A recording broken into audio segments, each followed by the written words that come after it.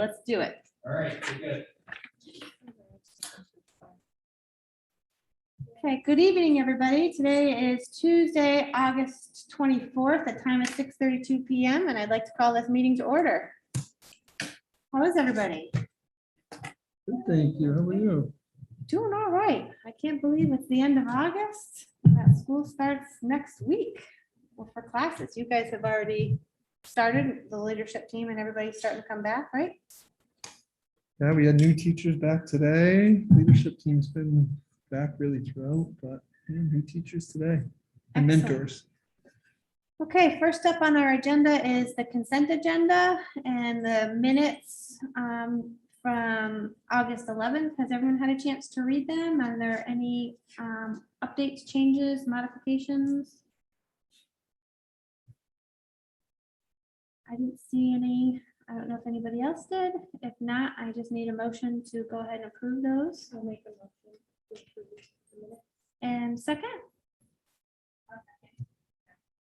All right, Jackie, can you go ahead and give us a roll call, please? Sure. Ms. Bartos? Aye. Ms. Millette? Aye. Ms. Truda? Aye. Ms. Pelletier? I'm feeling like we're just gonna call it, if people are watching us remote until we aren't doing it. I just feel like it's a safety net where maybe we're being overly cautious, but that's what I was feeling like. If you guys feel strongly about it, I'm totally fine with moving it along. I can't tell, do we have any visitors? Alex? We do. I'm not sure if you want to talk Can you just put the, is that the attendance list? Yeah. Oh, good lord. I need Looks like to the get mine. leadership team. Okay, any citizen wishing to speak before the committee must sign in with the administrative assistant prior to the opening of the regular session of the school committee. The visitor will identify themselves by name and address and shall speak for no more than 3 minutes. Do we have any? Yeah, How are we handling that signing in with her? I think when they had, At this moment, like, do people feel like they can't because if they didn't reach out to Jackie? what we've been doing right along is just having them identify themselves, and Jackie keeps track of who's participated. So I think that's. Right now, if there's someone here that wants to speak up, they don't need to have to reach out to Jackie. No, they just raise their hand, which is what I was gonna say. Okay. Just like we've been doing, if you have anything, just go ahead and hit the raise hand feature on there. We'd love to hear from anybody, but it looks like it's all our people. Not all. There's the second one that you can't read, but everybody else, I think. Anyway, does anybody want to say anything? We'd love to hear from you. We'll let it go for a minute.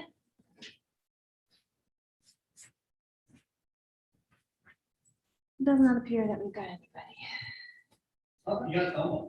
Okay, I can't read the name, but go ahead and allow them to talk.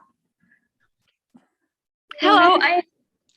hi everybody. I am joining. I'm not sure why my video is not working. But I am joining. My son is attending preschool with the Granby School Department this year, and I'd like to just participate in this meeting. Okay, so this is visitors comment, and what I need you to do is identify yourself, give your name and your address. And then the way you participate is you can just give us your thoughts, but this is a business meeting and we're subject to open meeting law. So you can give us your comments if there's something from the agenda or just in general that you'd like to comment on, and you have 3 minutes to speak. So go ahead and identify yourself and give your name and address. My name is Dorota Sadowski, and I live at 58 Cold Hill Road in Granby. Okay, and what would you like to share with us this evening? Well, I was told that I could participate in this regarding the mask potential mandate for preschoolers. So that's why I joined, unless this is a wrong meeting that I'm attending. So yes and no. This is the meeting where we'll be talking about masking, but the participation, you're only allowed to give us comments. That's all we can have from you. There's no open participation unless we have a public forum. And unfortunately, at this time, we're not having a public forum on mask mandates. So if you have comments and thoughts on your feelings on mask mandate, we're happy to listen to them. but that's the extent of the participation at any of our meetings really, unless it's a public forum. Okay, all right. Tonight though, if she. I thought they've already made their decision, I thought, No, they did. yeah. So, I think their meeting. and I don't think they met last week. So they're a week off from us, I think, as a general rule. Would you go ahead, please share your thoughts and feelings. We'd love to hear them.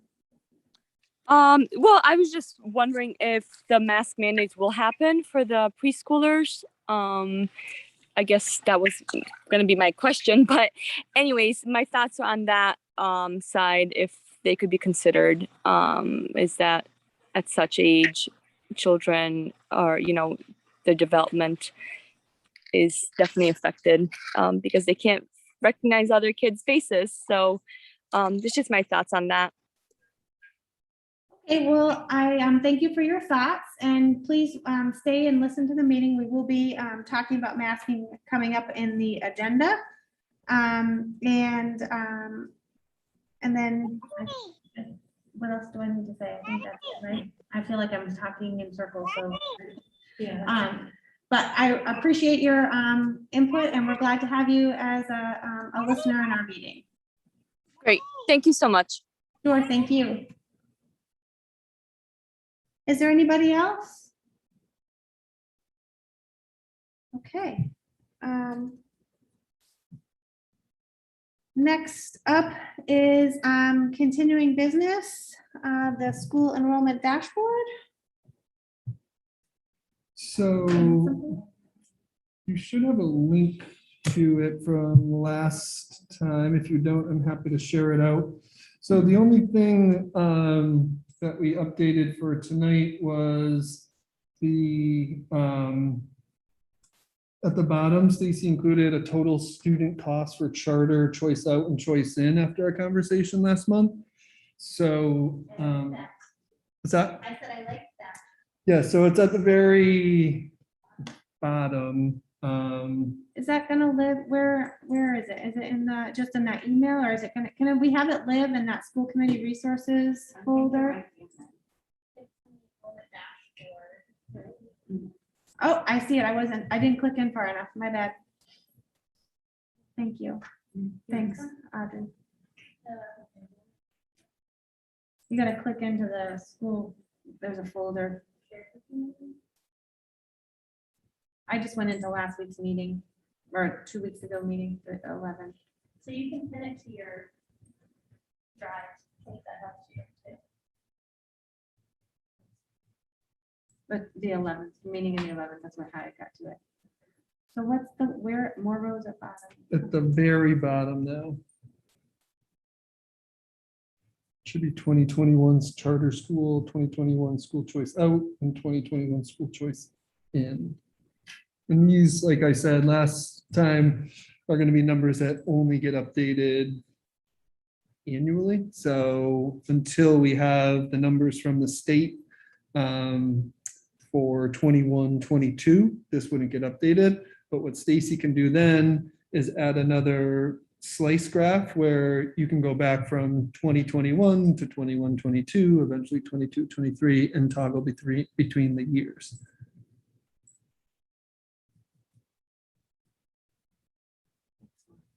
Any other questions or comments or anything on this?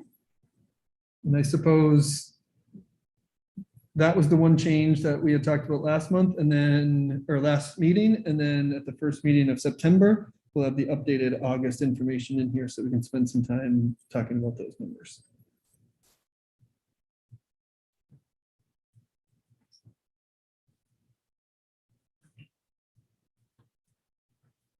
Okay. All right, next up is new business. The first is policy EBCFA, which is the mask policy. So do you want to take it, Stephen, or? Sure. So we did revise this after our last meeting, and that revised policy is in your folder.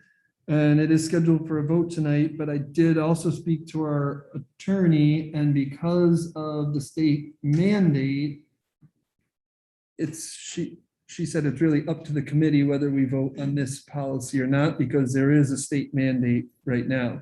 So there are some minor differences in the state, like our policy calls out gaiters and bandanas not being acceptable and things like that versus the state mandate. But other than others, well, actually, listening to the visitor's comment, one other change, I guess that's worth noting here is our proposed mask policy states a face mask that covers nose and mouth must be worn by all individuals in school buildings and on school transportation, regardless of vaccination status. The state mandate right now is requiring in kindergarten through 12, so students 5 and up. So there is a potential difference there for students who might be 4 years old. And what about Granby? Sorry. The BOH, our Granby BOH, what was that? Granby BOH was for all with some medical exemptions. So does that kind of tie our hands as far as? Right, so Stephen and I had talked earlier today, and with the state mandate and then the BOH, Granby BOH mandate, there really doesn't seem a need for us to take a vote for our school committee on a mandate, but what I would like to do is kind of keep it on the agenda, and then the next meeting before the October 1st deadline, that's when the state mandate ends, is for us to revisit it and have some discussion at that point where to see where we're at, because there's lots of intricacies from the way I understood the reading from the state mandate today, is that we would have to be at an 80% vaccination rate. And the way I understood that, and I talked with Stephen about this, is that it doesn't matter.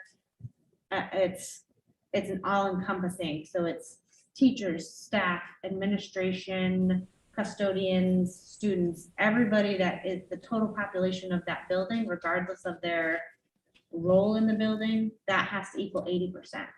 So that will be sort of the next hurdle to see where we're at with both buildings. So East Meadow will be a different story because there's 6th grade. It's only probably going to be about half of the students in the 6th grade that will be eligible because it's 12 and up currently. Although I did see something today that said 11 and up. Is that 12 and up? Is it? Okay, so I saw, so 12 and up, but so that will be something we have to work on. So I don't know if you guys think we should just keep it on the agenda for every meeting and touch on it just to see where we're at, or if we should wait and keep it before the last meeting before the October 1st deadline, which I think is going to be like September on the 20th sometime. You're questioning as to whether or not we should. Just postpone the vote because Like Stephen said, I do feel like if this, because this talks about having unacceptable face masks, does that make this then important to have? Policy behind. So I think there's two pieces. I think we need to pull out what is an acceptable face mask, and we have that face mask policy that got embedded into this, but we had something that was separate from last year that that part of the mask policy was what was acceptable, what was not. Right? I thought this was our face mask policy. Yeah, I think if you scroll down. Right, so it there's has the it in it, but this pictures, is, yeah. so there's two things, and perhaps I'm confusing them. There's the overarching whether or not we as a Granby School Committee want to vote to have a mask mandate.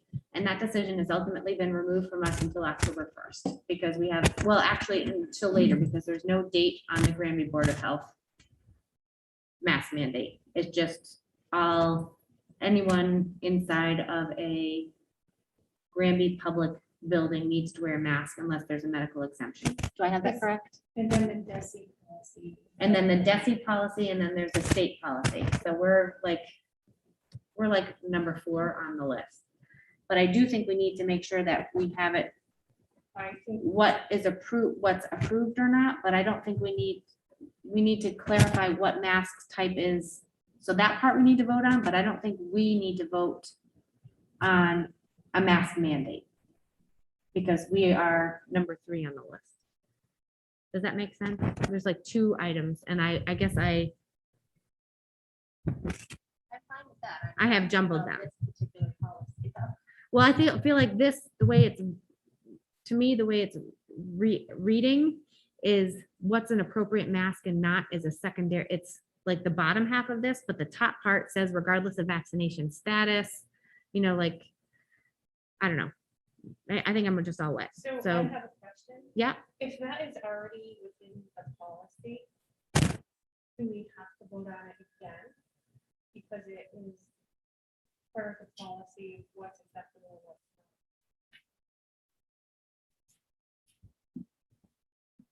I feel like I need to take it from the top. So I would- help me out. Yeah, I would recommend if we're going to adopt this policy, because there have been some revisions based on our conversation on August 11th, that we would vote to accept Okay. this policy, if that's what the committee would like to do. And speaking to our attorney, she said it's really the committee's choice as to whether or not to make that vote tonight, because there is a state mandate, as Jen's alluded to, regarding a mask mandate. correct. So my thought was, is that section being completely taken out? And then we would have to say the required mask. Of the decision and number for October 1st. That's my take on that. Right, so I think what would need to be taken out is the previous policy, because it spoke to specifics from the 2021 school year. Right, so based on the conversation on the 11th, we changed, not a lot, but some of the language based on the direction we felt like we were going. Since then, we decided not to take a vote that night. Since then, the Granby Board of Health has mandated masks, and today the state has Is mandated so masks. then what we can say is, what's an acceptable mask? We can't. Is that what you were saying or no? You've got something, I can tell by the way you're looking. No, you're not. So say it. I'm good. Please And- say it. I think, and I need to think, know what you're thinking. I'm good. Fibber McGee, if your mask wasn't on, I could tell. I can tell by your eyes. Well, that's why we're here to talk about it. So say what you need to say. I did say what I needed to say. Well, I'm not understanding what you're saying then. So, Well, this is our Granby Public Schools face mask policy. Yes, mhm. okay. So I think that we should keep this one because it's our face mask and my understanding expectation policy. So Okay.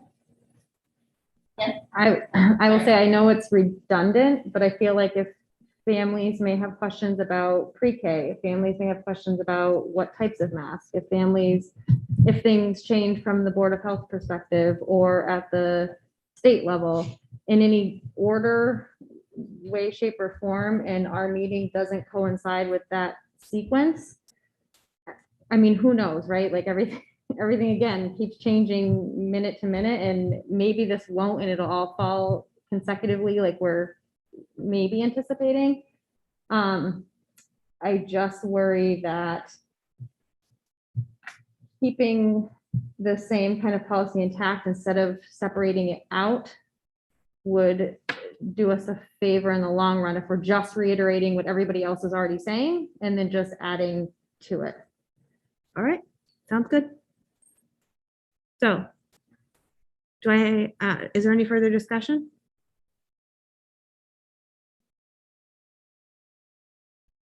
So as I'm understanding it, I think we're all in agreement that we are going to go ahead and vote to maintain the mask policy with the updated adjustments. the only thing I was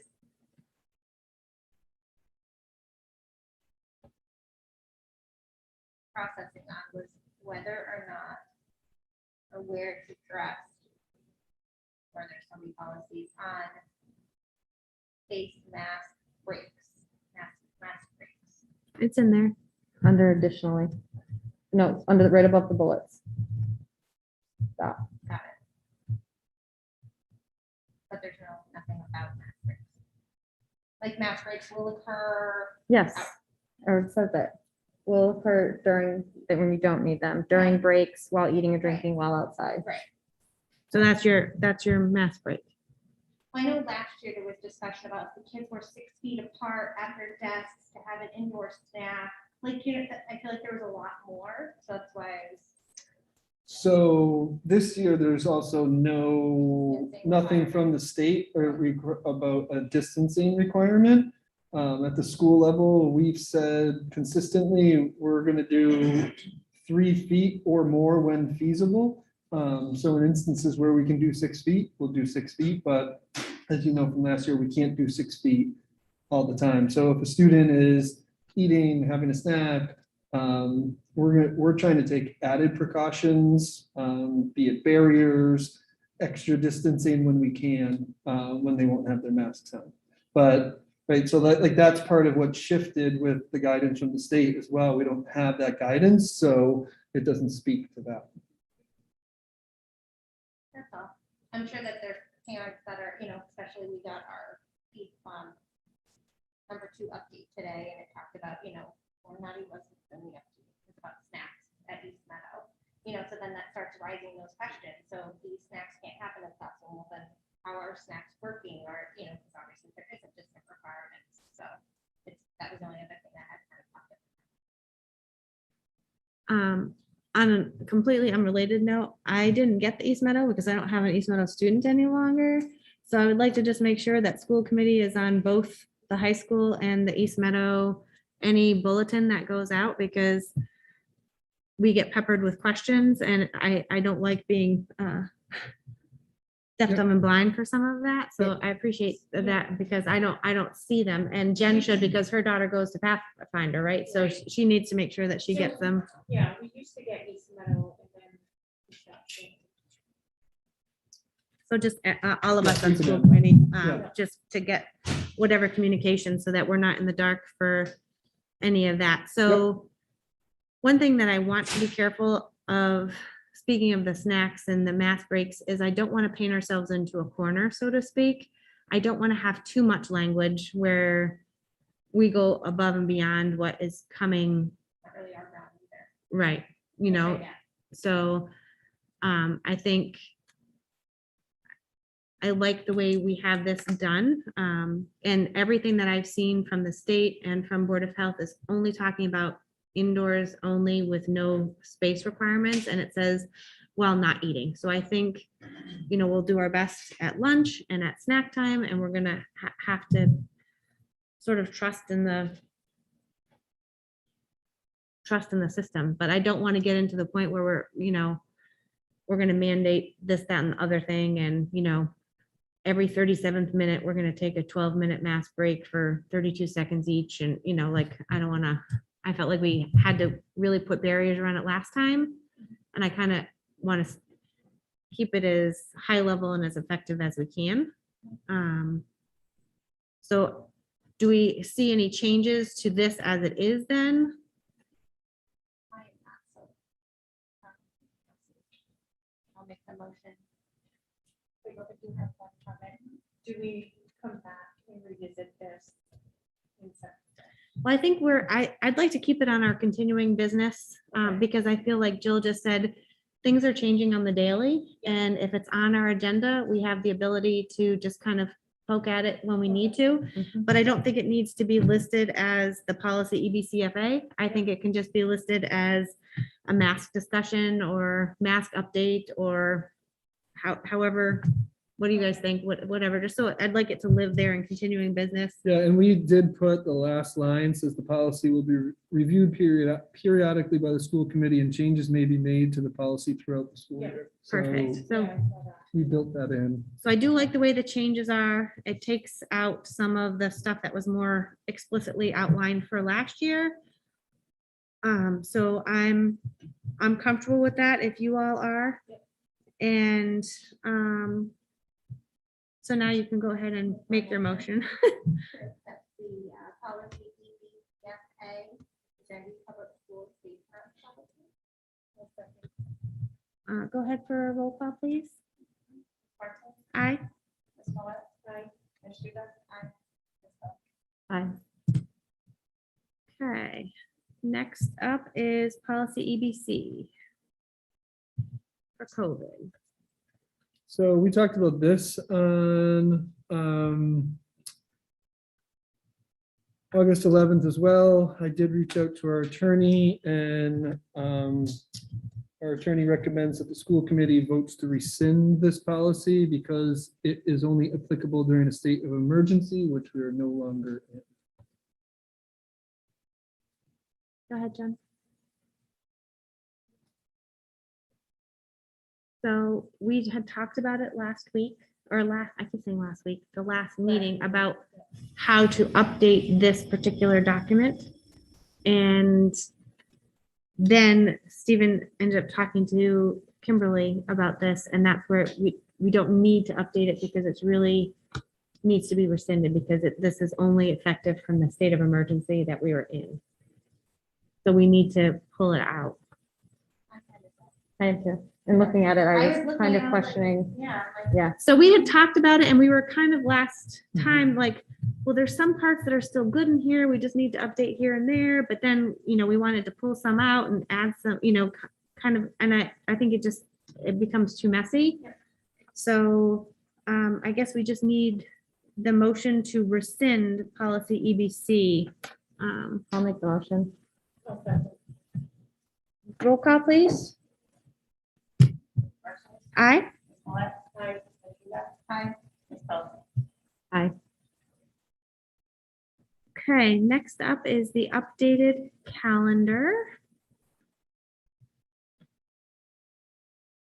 So this was to include Juneteenth, right? Juneteenth and the start times and dismissal times of both buildings are in that lower right-hand corner now, that box there.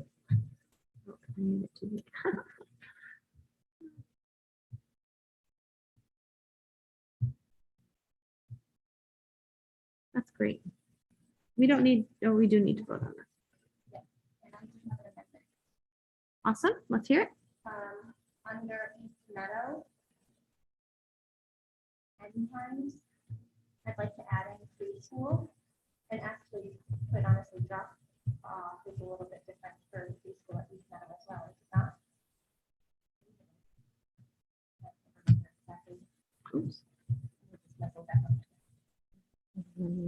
Is it actually a different time or is it how we have people come through for the driving?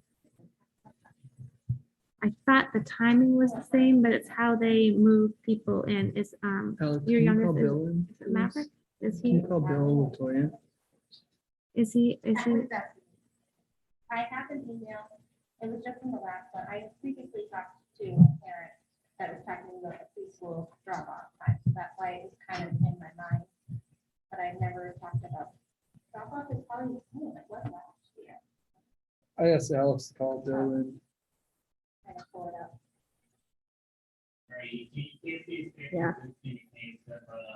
We can hear him. You can hear it. It does say in the handbook at the same time. Hi, Bill. How are you? That's what I was trying to- Can you hear me? We can.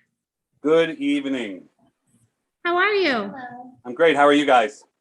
Doing all right. I apologize. I couldn't hear the question. You were really soft when you were asking the question. Yes, I got told to bring my mic closer, can you hear me better now? I can hear you a little better. Yeah. Okay. So East Meadow drop-off time is the same for preschool as it is for the rest of the building, correct? Correct. But pickup time is 2:30. Correct. Because don't forget, there's two sessions. There's a morning session and an afternoon session.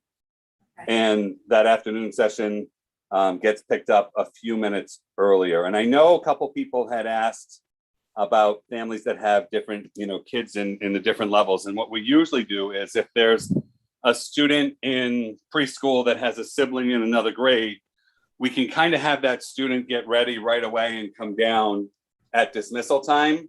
It's not usually that much of a conflict, but we haven't had really, some families will just circle around or they'll just wait in the front of the line for a few minutes as well. I think 2:30 is great. It was the problem was when it was 2:15.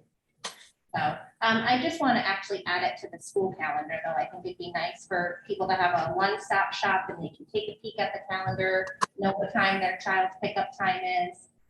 So I just wanted to add preschool. I think Jackie was working on that, the pickup and drop off times, because we had talked about it and we were looking at it. So did any of that get put on there yet?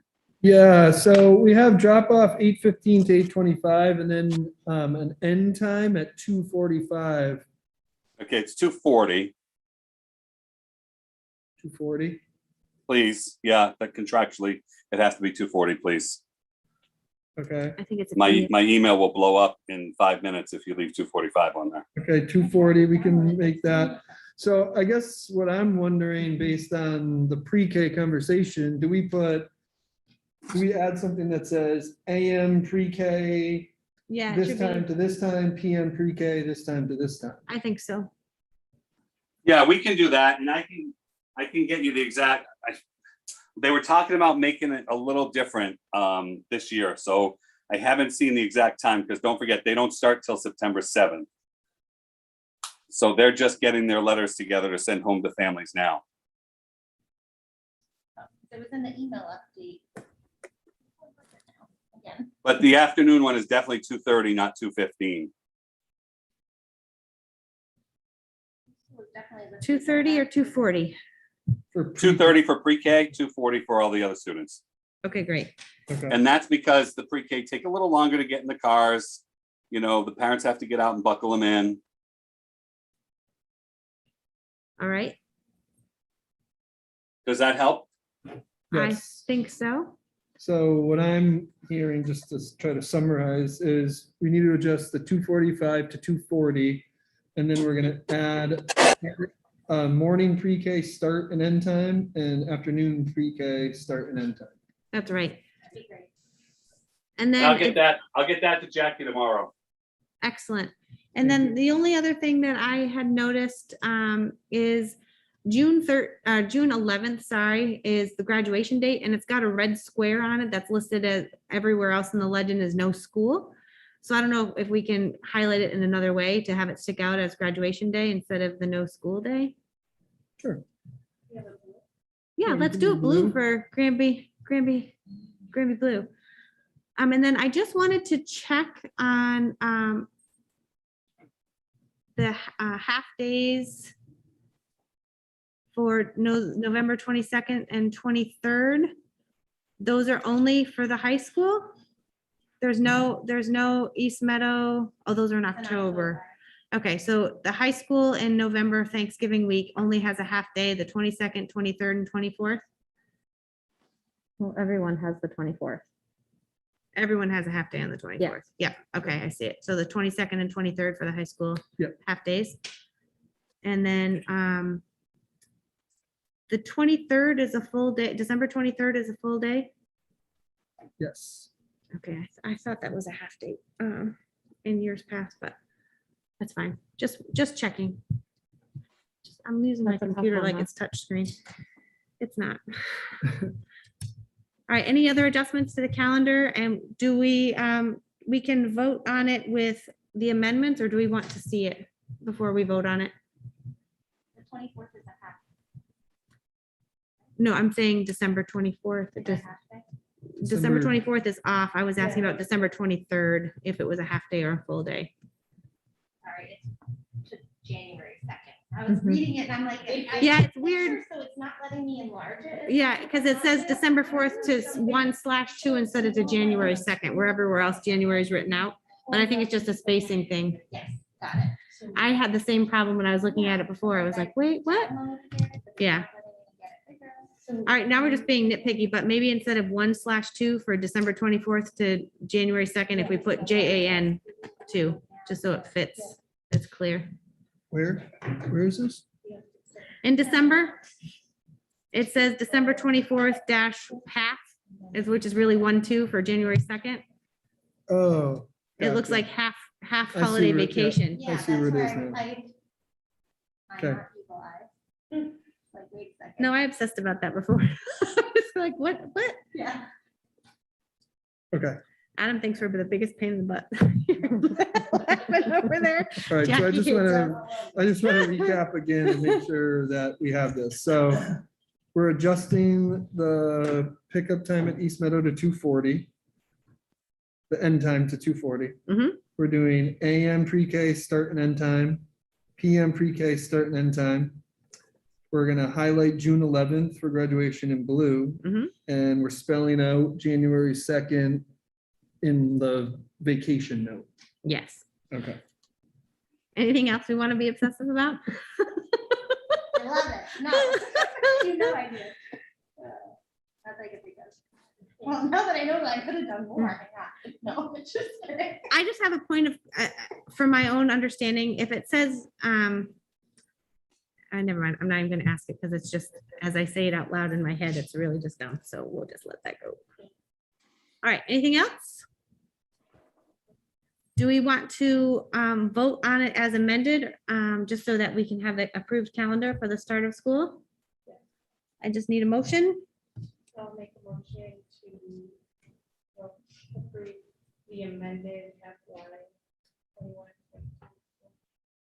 Second, I'll second. One more though. The stars subject to snow days / cancellation. It feels like it's in a weird spot. The end of school.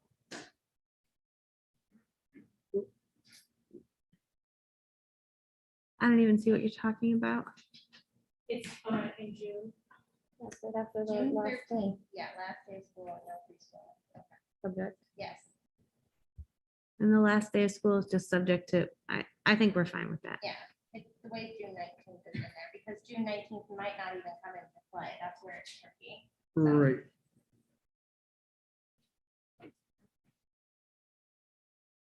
We'll just communicate that really well if it does Right. come into play. Like, I was like, should the stars of subject to be up where the last day of school is, and then June 19th below it, because it may or may not come into play, you know?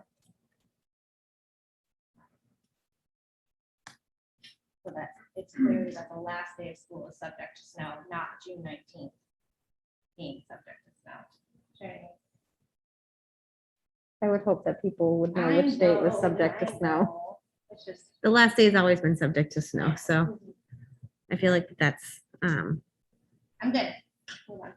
Okay, I'm good, but not really.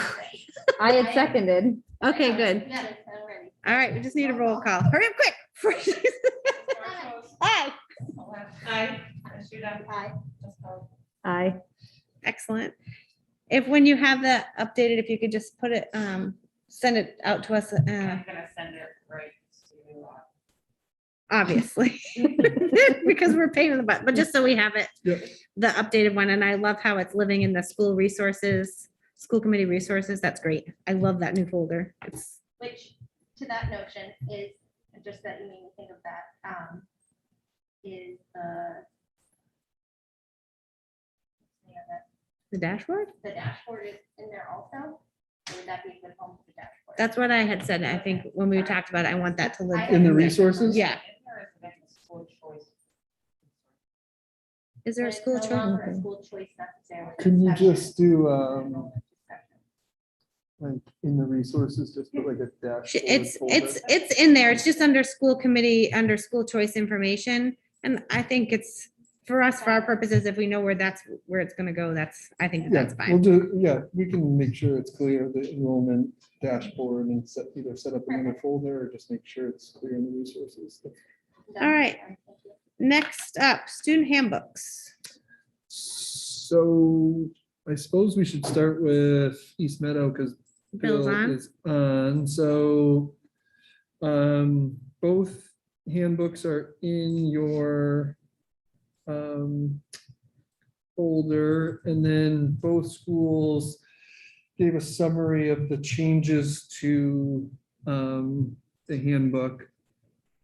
I will, based on the approving policy EDCFA, I will reach out to Kimberly. She indicated today that she did not feel that those needed to go into the student handbooks, but I just want to follow up with her on that. I'm sort of torn about that. Yeah, I think it can't hurt to have them. We'll add them. I just, So that people have that mask, like expectation. Yeah, and it does, right, it does say in the policy that it's subject to review and change, so if we change the policy at some point, we can always pull it out of the handbook and then send out a communication. well, I think that's probably where she's coming from, is because it's going to be adjusted so many times. Do you really want your handbook to be adjusted and touched Right. so many? Yeah, 'cause she said you could Times. just post the policy separately. Didn't have to live in the handbook, but Hmm. I get that.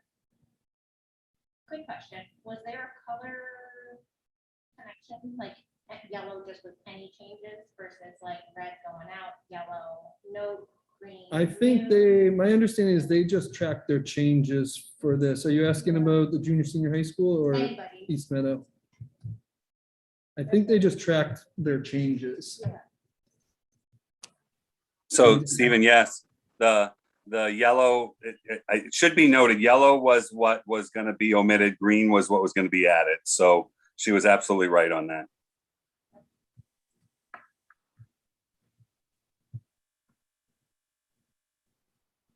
so to that notion, I had one quick question I noted on East Meadow regarding lunch. Go ahead. Well, so I noticed we got rid of students will use their same lunch account to pay for breakfast, but then lunch still has it in there with a cost and all of that, but this year that's not pertinent. Oh, all right, so we'll make an edit of that before we send it back to Jackie in the morning, because usually what we do is we show you the draft tonight. If you have any comments, we make those changes and then send it to Jackie the next day to be posted. So we can do that. I thought that we had noted that everything was free, except they're gonna try to do some a la carte items this year, maybe later on. And that would be what the students need their accounts for. And just a question, and I wish I give you a page number, but without going to table of contents. I'm assuming it's a school family contract, not a compact. Is that accurate? Yeah, I believe the original wording was a compact, and that's Okay. why it stayed in there. But we Okay.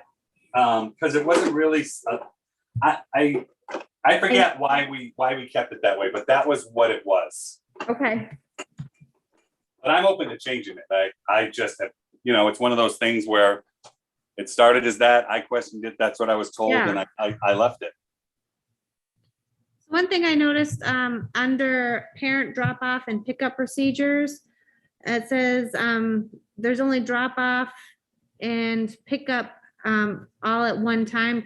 There's no noontime pickup for preschool, so I think that needs to be added in, because it looks like the last time that was, we only used to have just the full day preschool, and now we have 2 half-day classes, so I think we want to just make sure that it's consistent with what we put on the calendar. And Okay, yeah, we can do that. They've noted those families separately. It's usually just, the handful of families that are picking up and dropping off. So they usually just send out their own flyer. But absolutely, we can add that to that and put it in the front. Yeah, One of the I reasons think be we consistent. didn't, yeah, we just didn't want it to get confusing. I don't for think it will be people. if we just delineate it as, Absolutely. Nope, we'll do it. We can add it. The more information that's clear, the less questions.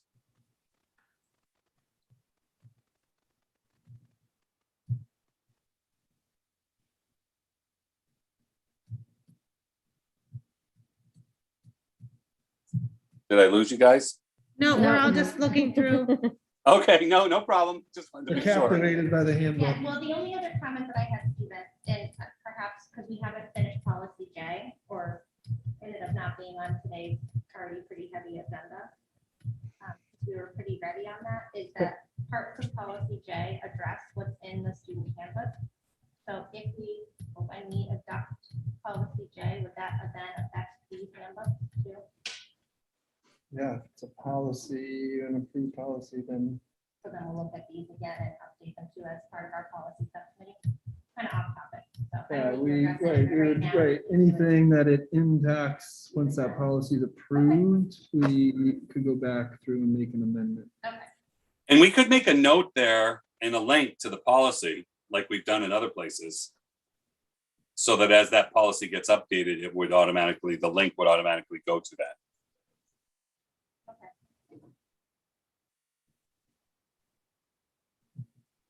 thank you. Thank you.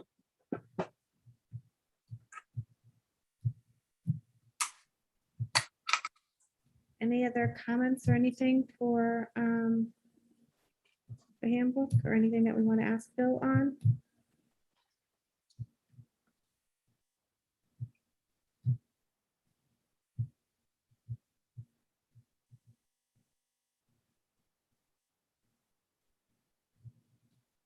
I didn't have anything else. I just wanted to read the dress code. Oh, wait, this is it. Oh, no, because it's a delete. Never mind, I'm good.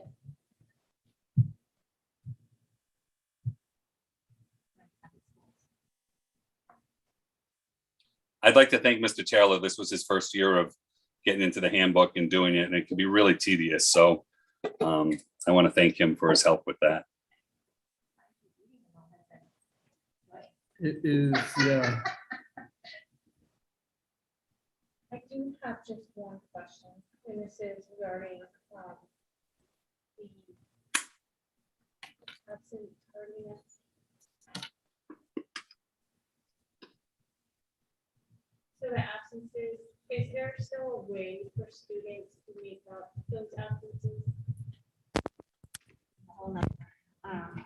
Well, before there used to be, that's what I was asking. No, it had nothing to do with COVID. No, I know, but it does bring up to me the whole COVID absence quarantine thing. There was before a way to make up absences? Oh, Prior- absolutely. No, we'll still work with that, and you know, we're going to try to get back. We are going to get back to. We've talked about this at leadership to, you know, enforcing the attendance and the tardy to the point of at least letting families know, right, when kids are excessively tardy or excessively absent. And then part of that absenteeism or the tardy even is going to be working with them to make sure that the work is being completed. So absolutely, that's a great question. No, we'll work with them, and you know, there's the teachers do get work together, send it home. You know, those of you that have had kids come through the building know that, you know, if a student's out for a prolonged period of time, they might get the work and they're given a couple weeks to finish it, right? And then bring it back as they do. So all that'll stay the same. Okay, and yeah, there's 'cause an this, expectation that all teachers are maintaining a Google Classroom this year, still considering.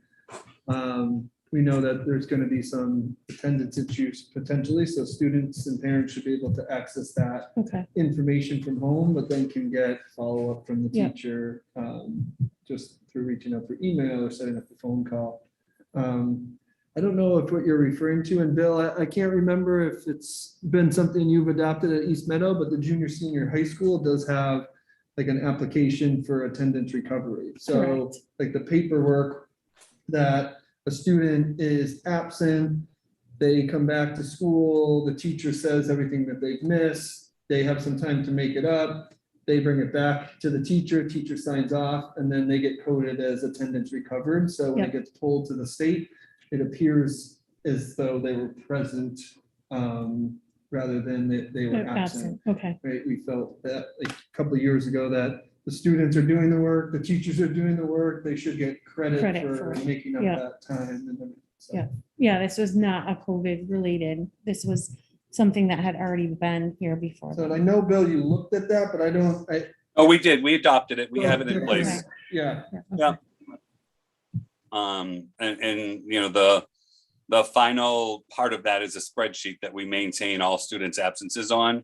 And then as those absences are made up, they're noted on there. And then we submit that to Stacy when she submits, and she recodifies it so that, you know, the absences are changed to what they need to be. Okay, right, because when the state looks at attendance, and I'm guessing this is something that you may already know, but when the state looks at attendance, they don't differentiate between an excused absence or an absence or bereavement. Like if you're out for a death in the family, if you're out because you're skipped in school, if you're out because you have the flu, it all gets coded the same way. We at the school level can give an excused absence, but when the state pulls that, they don't differentiate. right. Absent is absent. So that is like a step, an intervention that we took to say that attendance for that application for attendance recovery allows things to get coded a little bit differently. So I think that has an impact on our chronic absenteeism and things like that, that are accountability measures, which I'm really interested to hear how that might play out this year. But Okay. Thank you. Thank you. And Mr. Sullivan, are you going to mention in your report about the open house last week? I was, yes. Perfect. I just wanted to make sure it got noted because we did have staff members that showed up and stuff. So thank you. You can feel free to mention it now that we have you. Well, I just wanted to say it was really well attended. Every year since we opened the new building, we've done an open house for students to come in and get acquainted to the classrooms, especially kindergartens and school choice students, but it's open to anybody that might be a little nervous or want to see their room, and it's voluntary for staff. And this year we had at least a dozen staff members show up and guide the students around, and we had over 70 families come. And Mr. Sullivan was there for a brief time and got to see some of the families, and it was just a real positive experience. It was great. So I'm hoping we can keep that up as the year goes on, that community. That's one of our goals as the leadership team. And we've also adopted that at East Meadow, is to really build up that two-way communication.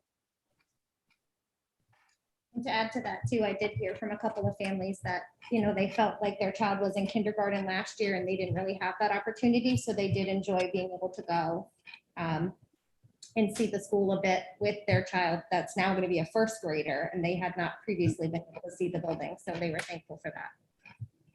So thank you to those that made it happen. Yeah, it was great. Thank you. Have a good night, everyone. Thank you. Thank you you. too. Thank you. We have to vote on these to accept them, but the way it's on there, it's one vote. So you guys, do you want to vote separately, or do you want to just vote on both of them together? It's up to you. We can wait till. Okay. And if I go over to the next one. and then- Yeah, is Ally I on? think Todd Dorman. Oh, it's Todd. So someone bring on Todd. Just Todd. It's fine for now. Will you share screen or no? Don't think so.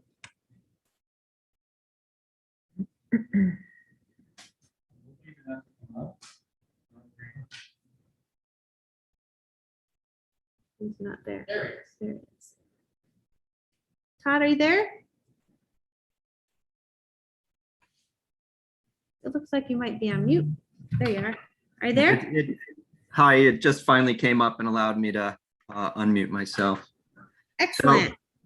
How would you like me to proceed to this? I see that Mr. Sullivan shared some summaries that I had put along with the changes that we highlighted in the book. Okay.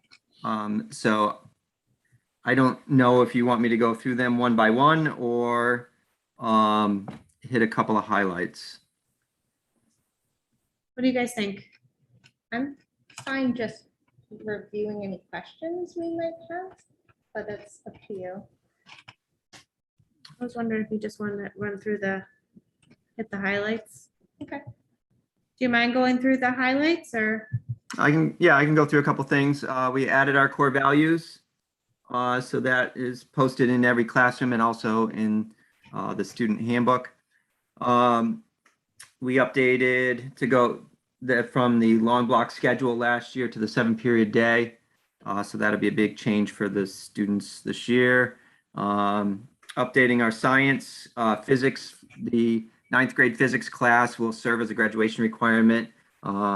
It's either that or biology for 9th graders. So we have an update there. let's see, we're removing the remote hybrid attendance language as well as remote instruction language to comply with those changes. Student council, I'm also a student council advisor.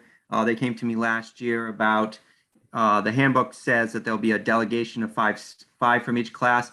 They want open so that any student who wants to participate can attend and participate in student council rather than a elected delegation.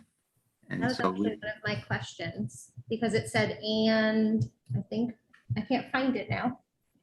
What page is that on? It's like So I don't know. 21 to 22.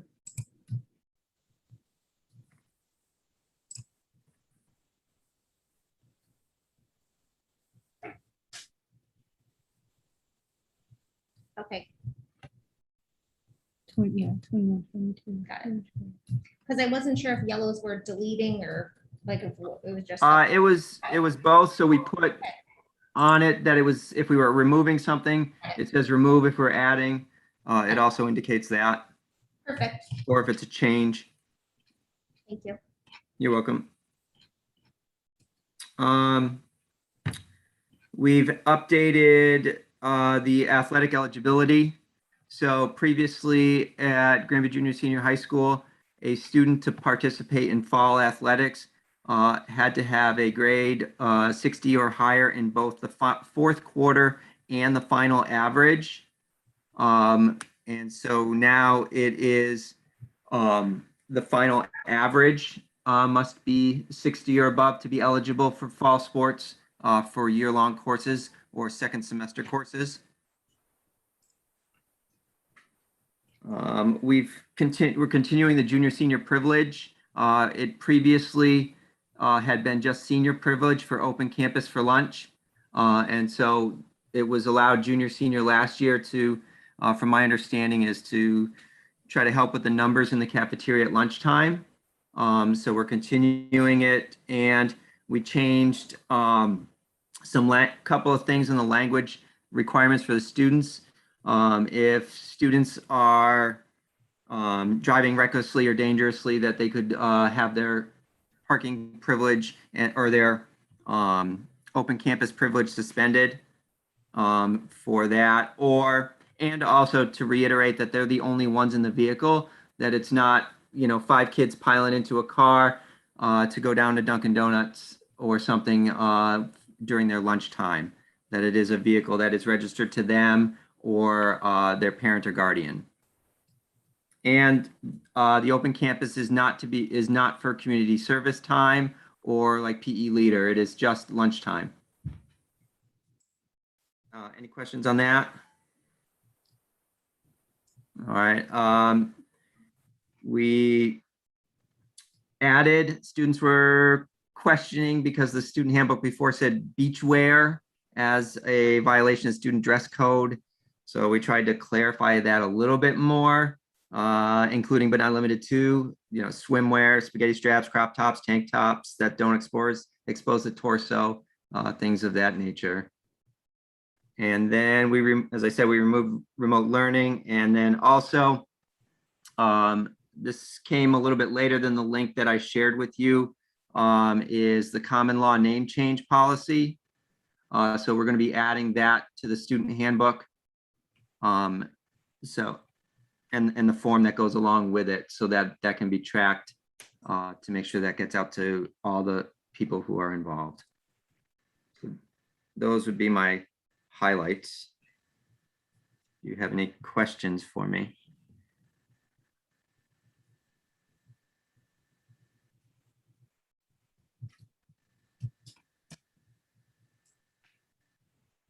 Any questions or anything? I had to find my other, Say it again. I said, I'm trying to find my other one that I had. Sure.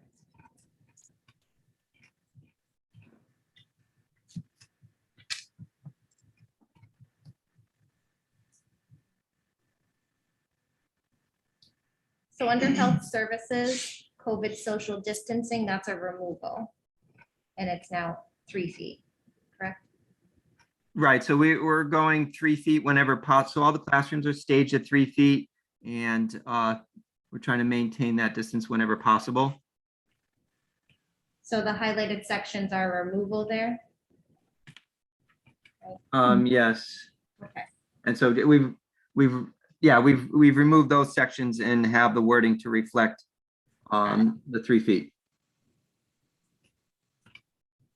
There's one other. Under athletics, Department of Athletics, is the yellows here removals or additions? I'm sorry, I feel like, Which aspect? Because we're removing the COVID language. And then like, there's Grin and Barrett is highlighted as a photographer. We've been using a different company recently or a different photographer. So there's a couple different parts under athletics. okay. Because, so I pondered this one here because the parents, guardians will be able to attend games and will be required to follow our safety guidelines, wearing a mask at all times. So that's a removal, but then depending on what sport and if it's indoors, that will need to be there. What page are you Maybe. on? What page are you on? 24.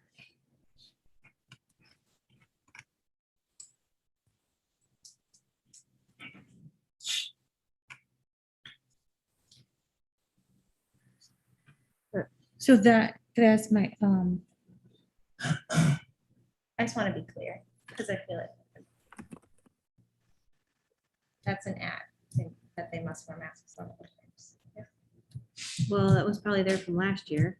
right. so Right, that- we were removing the language. So when this was done, the Board of Health had not made it- put their requirement and DESI had not put their requirement. Yeah. So last year, outdoor fans, when fans were outdoor spectators, they had to have masks. This was removing that because that outdoor requirement wasn't in place.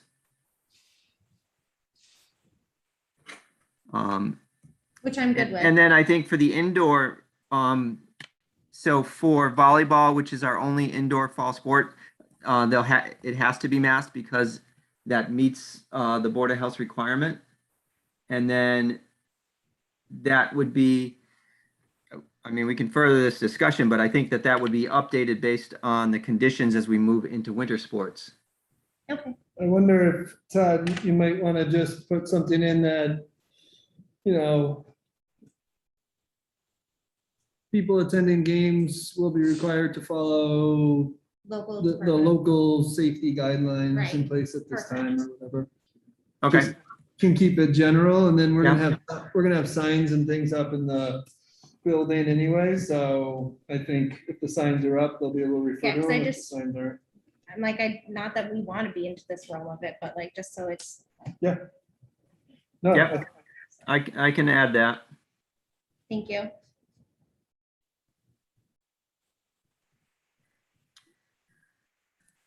I think that was all I have. I'm good. All right, thank you. Thank you. Any Thank other you. questions or anything? I'm all set. Okay, so without further discussion, can we have a motion to vote to accept the student handbooks? I'll make the motion to accept the student handbooks.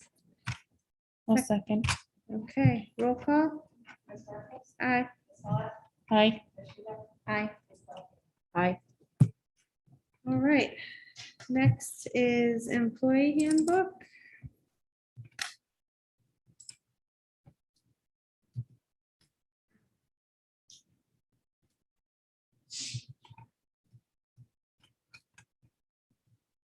Okay, are you gonna walk us through this one, Steven? Can certainly try. But the calendar obviously is gonna have to be updated based on this. And the calendar and both the other ones needs, it goes without saying, will be updated. Yeah, so to this, the major changes were updating like some of the changes that have happened in the administrative team or point people for things, like because they're typically tied to policies, there weren't many changes, updating links. Those types of things was all that was done to the employee handbook. Obviously, like the letter at the beginning came from me, our letterhead. School calendar needs to be updated based on what we voted on tonight. But really, this is tied pretty closely to the policy manual, and because there weren't changes made to the policy manual, any changes made to the policy manual were reflected and updated in this. Good. Any questions or anything else for the employee handbook? All right, can I have a motion to approve the employee handbook? I'll make a motion to approve the employee handbook. Second, I'll second. roll call. Aye. Aye. Aye. Aye. Okay, next is the COVID-19 testing program. Yeah, so I talked about this briefly in my superintendent's report on the 11th. At that point, the information was minimal. I think the first call on it actually happened earlier on the 11th.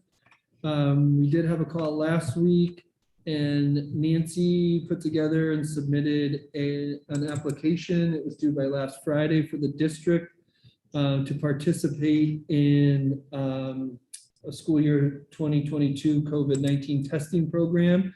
And we just found out this morning, well, yesterday afternoon, but late yesterday, that we were accepted.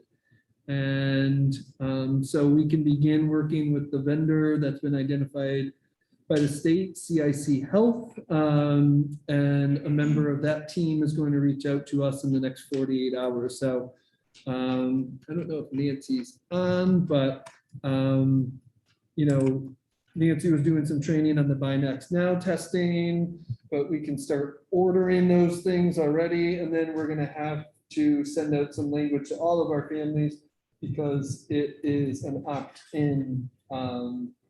It's an opt-in program. So we can't just send something out and assume everybody's going to be part of it unless they opt out. We're going to have to send information out to all families, and they have to opt in to participate in this program. And it is also eligible to staff, is my understanding. And they would also have to opt in, but we are looking at the Buy Next Now testing and a test and stay program, which means a student who is a close contact with another student or person who had tested positive. If that student tests negative, they can stay. They get tested every day for 7 days. There's some discrepancies. CIC, the vendor, is saying 5 days. DESI is saying 7. So even after we've been accepted, they're still working out some of the finer details. But the benefit to us is compared to last year, where I think you all remember, we said like it would strip our capacity to do this. CIC is going to provide support and resources to us. So within the next 48 hours, they're going to begin testing programs, set up, administer training, and they will have somebody available to help us with implementation. Is there a cost associated with this? No cost to the district. See you Nancy's on. Do you have any questions for her? That includes students that have symptoms that meet the criteria, that are, that have given consent or something, that go to the nurse. For the test and stay program? Yes, or Sorry, excuse me, that's just for the test and stay is for those students who are identified as close contacts who are not exempt from testing due to, there's 4 different criteria. So if they do develop symptoms at school, we would be sending them to get tested either through a PCR or a rapid antigen test. And then kind of like last year, following the protocols, if they're negative, they can return to school based off of the timeline. The state has provided a couple different situations. And then if they're not, and like, let's say they have an alternative diagnosis, like they have strep throat, they follow our criteria for that, and then they can come back in. So the test and stay is just for those who are considered close contacts, who are not exempt. And then the routine COVID testing, what they were calling last year's pool testing, is where they would take a sample of individuals who've provided consent, students and staff, and they put them in groups with a maximum of 10 individuals. We've opted for the saliva sample just because the nasal swabs can be uncomfortable, especially for younger students. And so the lab would group those 10 people together and also extract a sample from each individual person and test the group together. And if there is a positive that comes out of that group, they then will take those individual samples and test them to find out who is the positive. And those are done in the lab. And then that way they can kind of, isolate that individual who's positive, and the rest of the kids can remain in school. That's the same concept with the test and stay. From the day of exposure, for those families who give consent who were not exempt, they would be testing for 7 days. And then on day 8, as long as everyone is tested negative and is asymptomatic, they can continue to remain in school. They do have a thing for weekends if there is sports and kids are playing on sports teams, particularly at the high school level. For our high school sports, they would be testing them as well, so that there's kind of a continuity of care throughout that process. So we're not putting anybody in, I wouldn't say jeopardy, but as being a possible exposure to other folks.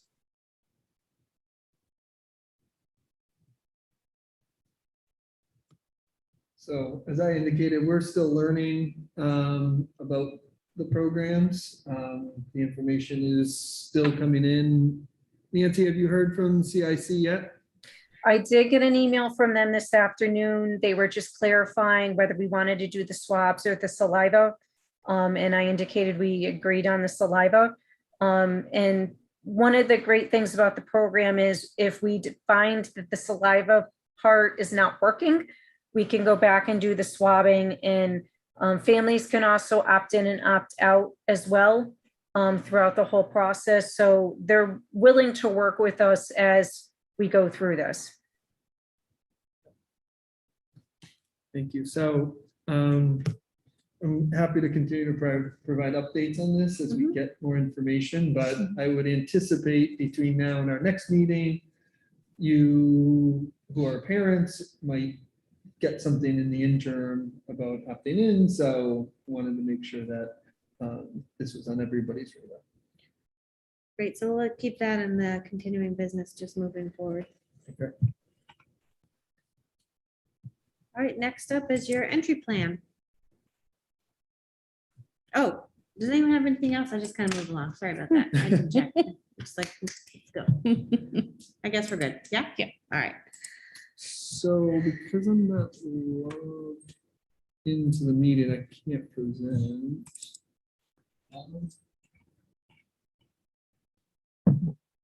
Make sure your speakers are off. I think you would need like earbuds though now. You had to do What's that that? last time. But did you end up needing earbuds to present last time plugged in or anything? And it's not really like anything that's beautiful to the eye anyway. There's a lot of text to it, so. We really want, I can give you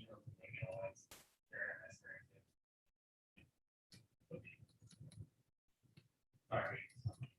No, it's no problem. So I just shared it with your school email. Okay. But again, so as I indicated before, I would be presenting an entry plan to the committee, and it should be in the folder as well, so I'm not gonna read through the whole thing to everyone, but wanted to share it with you, and then obviously we'll post this and make it public. And I think in the last 2 meetings, we've talked about it in some way, shape, or form, that despite the fact that I have been working in Granby for the past 4 years, I'm in a new role clearly, and I think this is an opportunity for me to better understand the public schools and the town through the lens of the superintendent. And I think as I've started to get acclimated to the position, I think it's become apparent to me that that's important to do. I think if you had asked me this 6 months ago, I think, I would have been able to, I would have probably focused a lot on the junior, senior high school. And I think that's the exact point that I'm trying to make, is I need to look at things in their totality at this point and in this position. And this entry plan should allow me to do so. So it does list my core values, and I think it's important. That's a good place to always start. And core values are really a set of beliefs, that not rules or laws. It's how I try to act and present myself professionally and personally. And first and foremost, students come first. I don't think there's bad decisions when we make decisions with students in mind first, and that can be really challenging, but it's the responsibility of the adults to find equitable solutions that provide each individual student the resources and support they need to grow, develop new skills, and understand key concepts, and become fearless learners who are ready to take on any challenge they encounter. I think that's our charge as educators, and we need to always put students first. We tend to relationships. I think relationships are critical. I think if we don't have those relationships, and it becomes very difficult for us to find an inroad to teaching and learning. The relationships that we form are that starting point. And, like I said, this is personal and professional. I think of this in my role as a principal and as a teacher prior to that, but I also think in this role as superintendent, like building those relationships with the school committee, town officials, community members who may not even have students in the school. And I think we've talked about that as a committee in the past, to say, like, how do we demonstrate our value as a school, right? I've said at least that, right, we're not the police, we're not the fire department. We don't drive by your house and make you feel safe. We don't show up when there's an emergency, but there's real value in our schools. And I think when we can build those relationships and have those open conversations about that, I think people can start to understand that. We communicate effectively and productively. So how are we always thinking forward? Are we thoughtful about our communication, what that looks like, where it goes, who it's going to, when it's going? And then making sure people are informed, but I think part of communication is being open to feedback as well. And I think that's a key. The feedback piece is a key of the entry plan, and I'll talk a little bit about that later. Growth mindset. I often have said since I've been principal that if we're better today than we were yesterday, then we're always headed in the right direction. And I think everybody can grow, and we learn from our mistakes. And I think mistakes are important as long as we learn from them. And there's going to be failures along the way, and our failures don't define us, but it's the success that follows that will define us in the end, because I think from failure grows opportunities for success. And then finally, we embrace differences, that we know that we learn differently, we might look different, we might have different opinions, and that's fine. That's what makes us a community. And if we all agreed on everything, then, would that be a reality, to be honest, right? So I think we need to embrace each other's differences, be open to learning from one another, and then figure out ways that we support student growth and the growth of the school system and the community. So I want the entry plan to provide opportunities for people throughout the community to share their perspectives. and perceptions of and their desires for the Granby Public Schools. And one question that I've been asking in many of them is that, like, it's 2026 and schools are thriving. What does that look like? How might you define that? And there's some really interesting answers to that, because I think that allows me to get a glimpse into what the people that I'm meeting with value.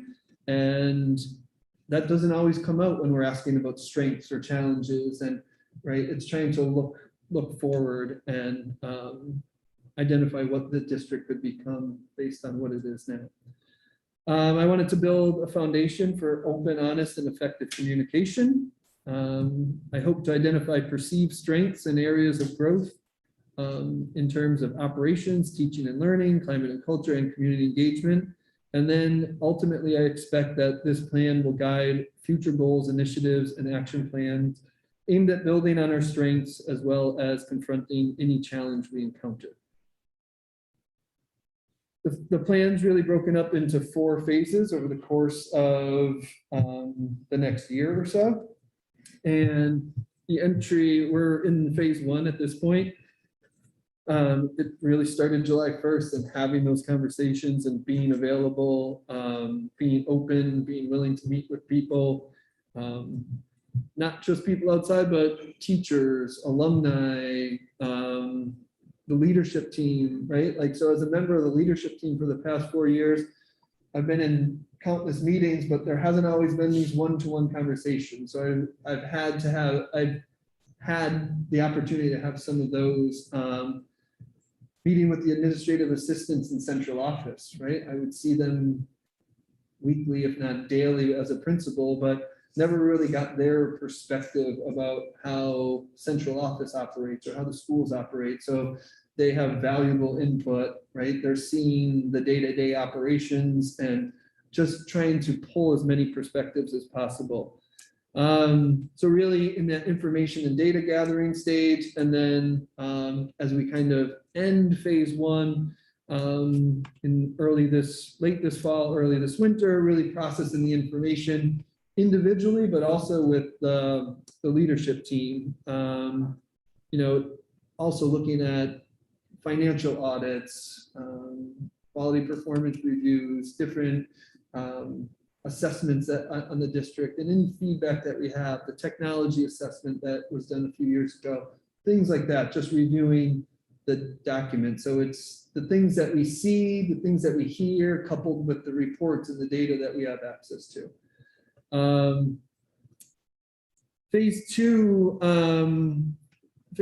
will be kind of winter headed into next spring, and allows for analysis of the data, both individually and with the leadership team, begin to identify those emerging themes. And I get excited at this point, like I start to feel like, oh, there's a theme emerging here. And I want to be cautious and not to jump to that before I finish this phase or I've gotten closer to this phase, because 6-7 weeks in, I've had probably 20 or 30 conversations with people, individuals and small groups, but like really like pumping the brakes every now and then, saying like there's still more people out there to talk to, different perspectives to get before starting to pull those themes.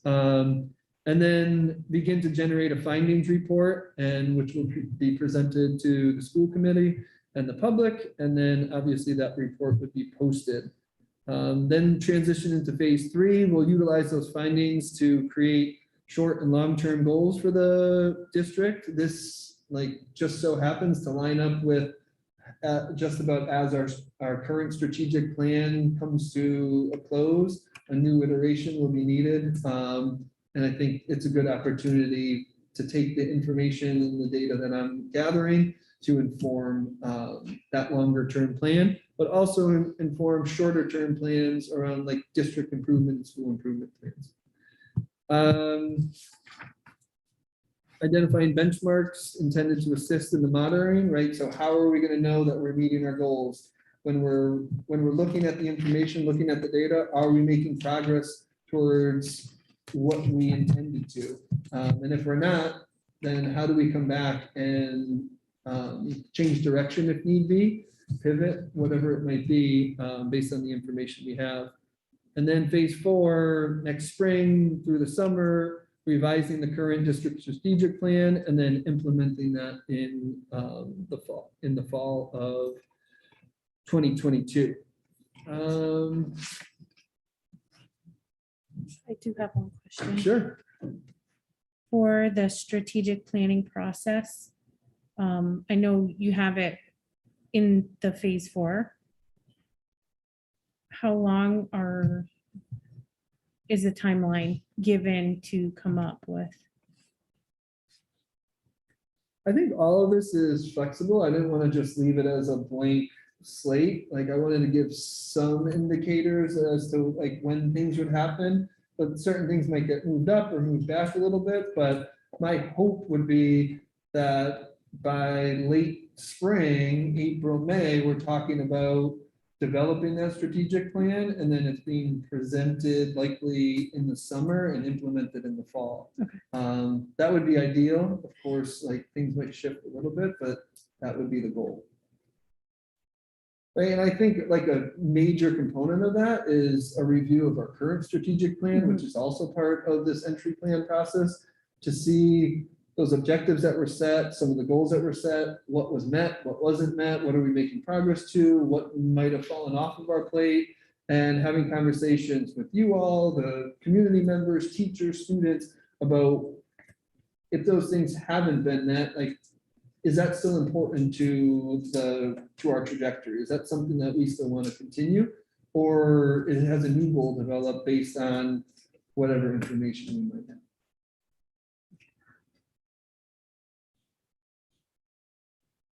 I said I won't read through it all, but really like concluding thoughts and next steps. I think one of the most important things is of this work will be that I am present in our schools to observe teaching and learning, supporting educators, finding opportunities to.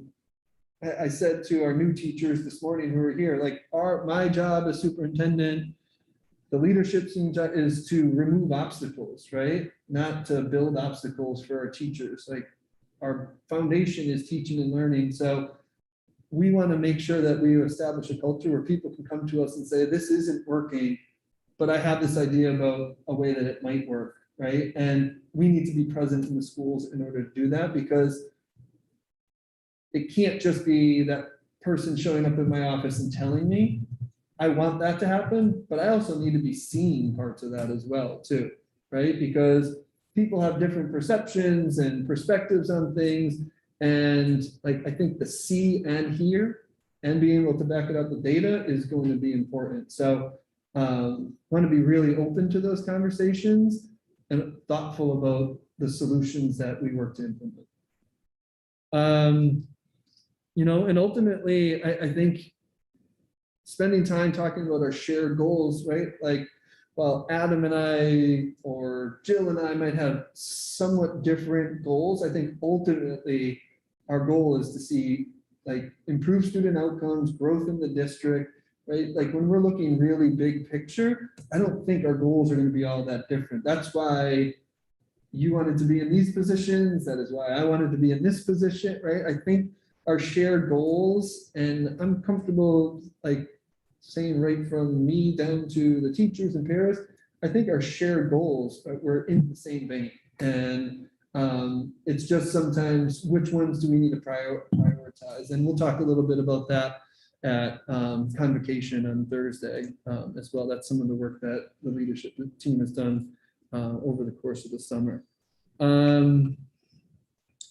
As you just brought up convocation too, I'm assuming that you reached out to all staff in general and encouraged all of them to come meet with you and chat with you. Or are you meeting, because you said around 30 people, or are you kind of opening up people to kind of reach out to you versus you reach out to them? Or? Yeah, it's been really a combination. So part of it hasn't been like extended. I mean, when I met with the full staff in June, I extended that, but I didn't send an email to every staff member, but that will be part of what comes up at convocation as well. Again, just reiterating that I get it, people needed a break at the end of the last school year, maybe you didn't reach out to me, but my door's open, which is why I think that like phase one, like needs to run through like the first quarter of the year, because right, people needed to take a step back, I think, this year. And I encouraged everyone to take a step back when I met with them in June, and like really in the hopes that people come back re-energized and rejuvenated to kick off this school year.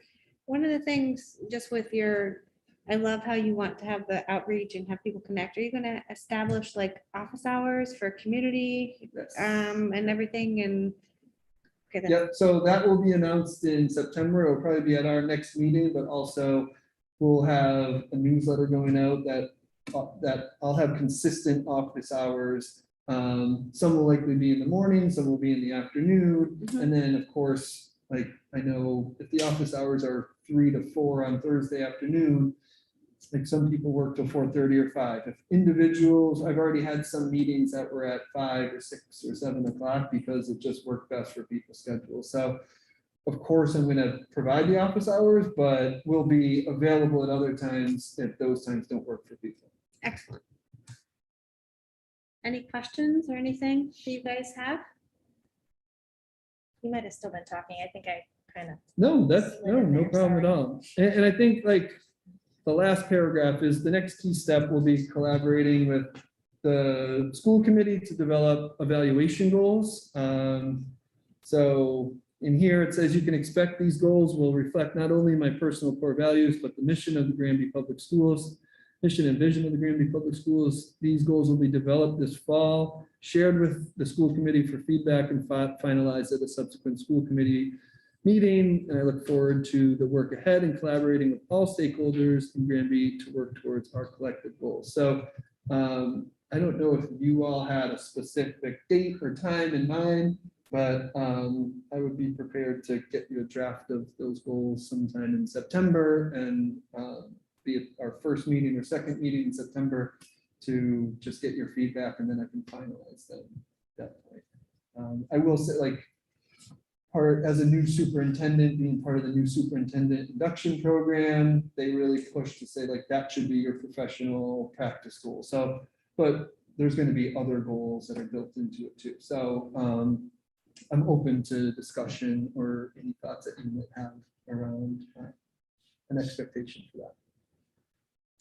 And that's really it. And if you have questions, I'm happy to answer them, and we can get this posted on the website as well.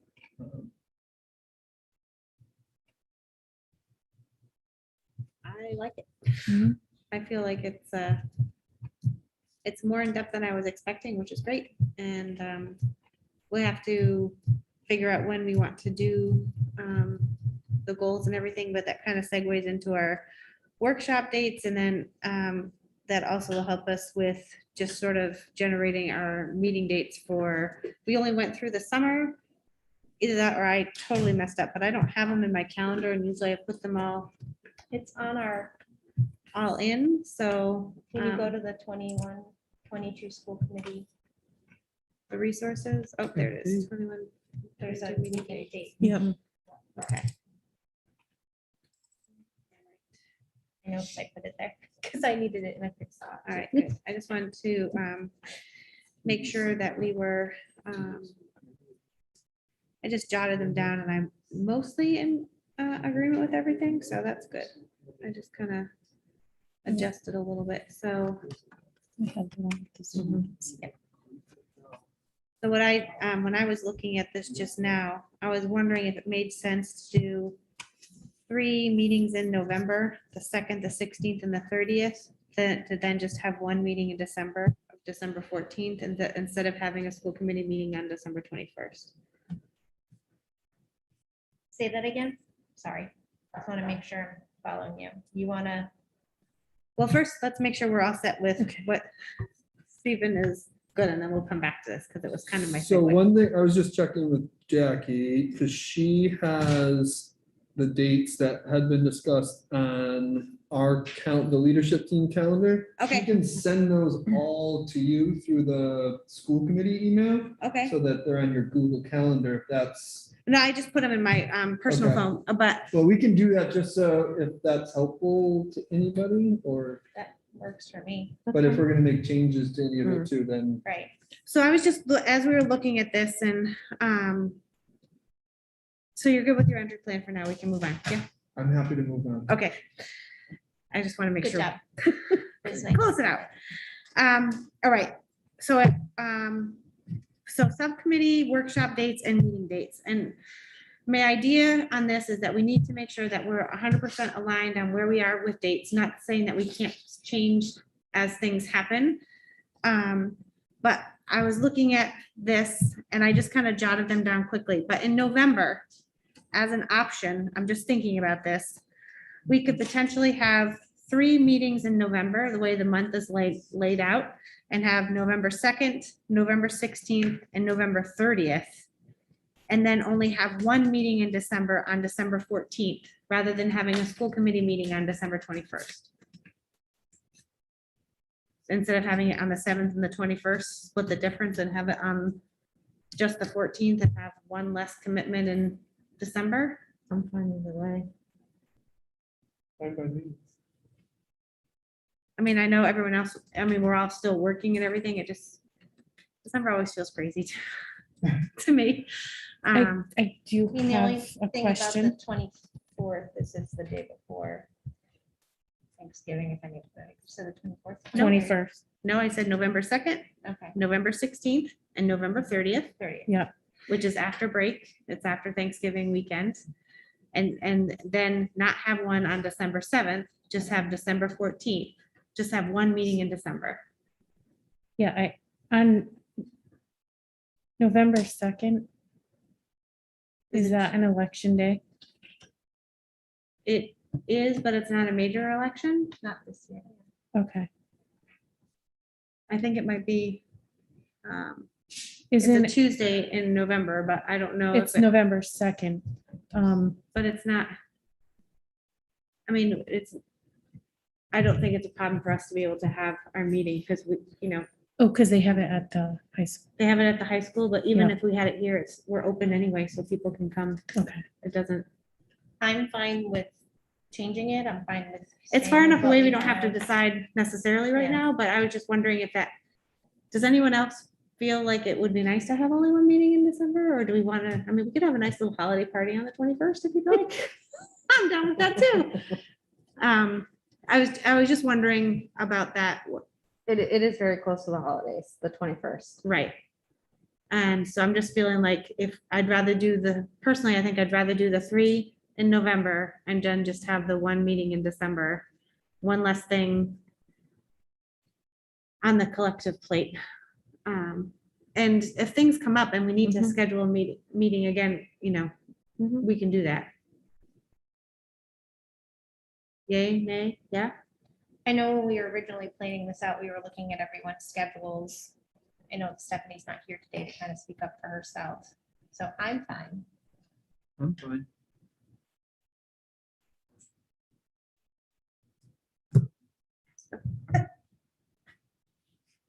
I know she's drinking right now. But I think Oh, funny. She's on vacation. I think the other thing is that if the majority of us can attend, then we would have a Right. quorum and we would be Right. fine Right. in that regard, so. If we want to make that change, we can just go ahead and check in with her at some point and I don't disagree. I Move think ahead. the 21st. I feel like Could be December crazy 21st is time. awfully close to the holidays. It's just something else. We're probably gonna not have a ton of participants other than ourselves, so I feel like why not give ourselves a little bit of a break and maybe just make that tiny adjustment. All right, so if we're good with the rest of the dates as we have them listed, then we need to figure out how we want to do the subcommittee workshop dates.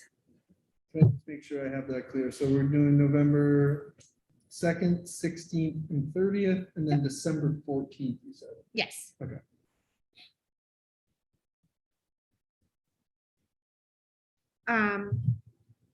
when we did the subcommittees in the past, Jen, correct me if I have this wrong, the first meeting of the month was the full business meeting like we just had. The second meeting of the month, the first half of the meeting or the first bit of the meeting was regular business things. If we needed to vote on warrants, if there was anything pressing, just we would have a shortened business meeting. We wouldn't close that meeting, but we would then break out into the subcommittees. And it was a bit of a scheduling thing because there is overlap on who is on each subcommittee. So for instance, the policy subcommittee didn't often have to meet when we broke out into the groups because that work was, a lot of it was done off, like it was going through and reading and making adjustments, and it's been done, we've been keeping up with it, so it's mostly done now. So if there's something that massive that happens, we can certainly put it on and rotate through. But what we did is we had the subcommittees, we did have budget and finance, although that often met in addition to, which is fine, because there's always a lot of work to be done. The communication group. And then Calendar. the calendar committee is a new one that we haven't had that one before, so we need to work on that one. And then CES is a committee that goes, but it's not one that necessarily, you're not going to be meeting, you're just going to report out when you attend. So we can try to, keep that momentum going, that the second meeting of the month and the second half of that meeting, we can have breakouts for the committees. So it'd be calendar, communication, and budget and finance. I remember we did put a time limit. Yeah, I want to say they were half. It was like a Half half hour, an hour, 45 25 minutes. minutes to 35 minutes, sometimes, and then you would break out and then we would come back So and came back and reported out. we reported out, so everyone would kind of be updated. And then if we had to, we would break out into the next. And then if there was an overlap group where there's, trying to think of how to, if we have 4 committees and the way we're scheduled out, if we needed to meet, we could break out again. And then budget and finance usually would meet back and then the rest would kind of switch back and forth. So we can try it that way. We can try the first couple of times and see what we think and we can modify on the fly. Or if you guys have another idea of how we want to do it so that the subcommittees can meet, now's the chance to try to figure that out. We can dedicate an entire meeting. We could do maybe 1 meeting a quarter where there is no business meeting. It's just going to be fully devoted to subcommittees. We can open the meeting, break into the subcommittees and breakout rooms, and then come back and report out.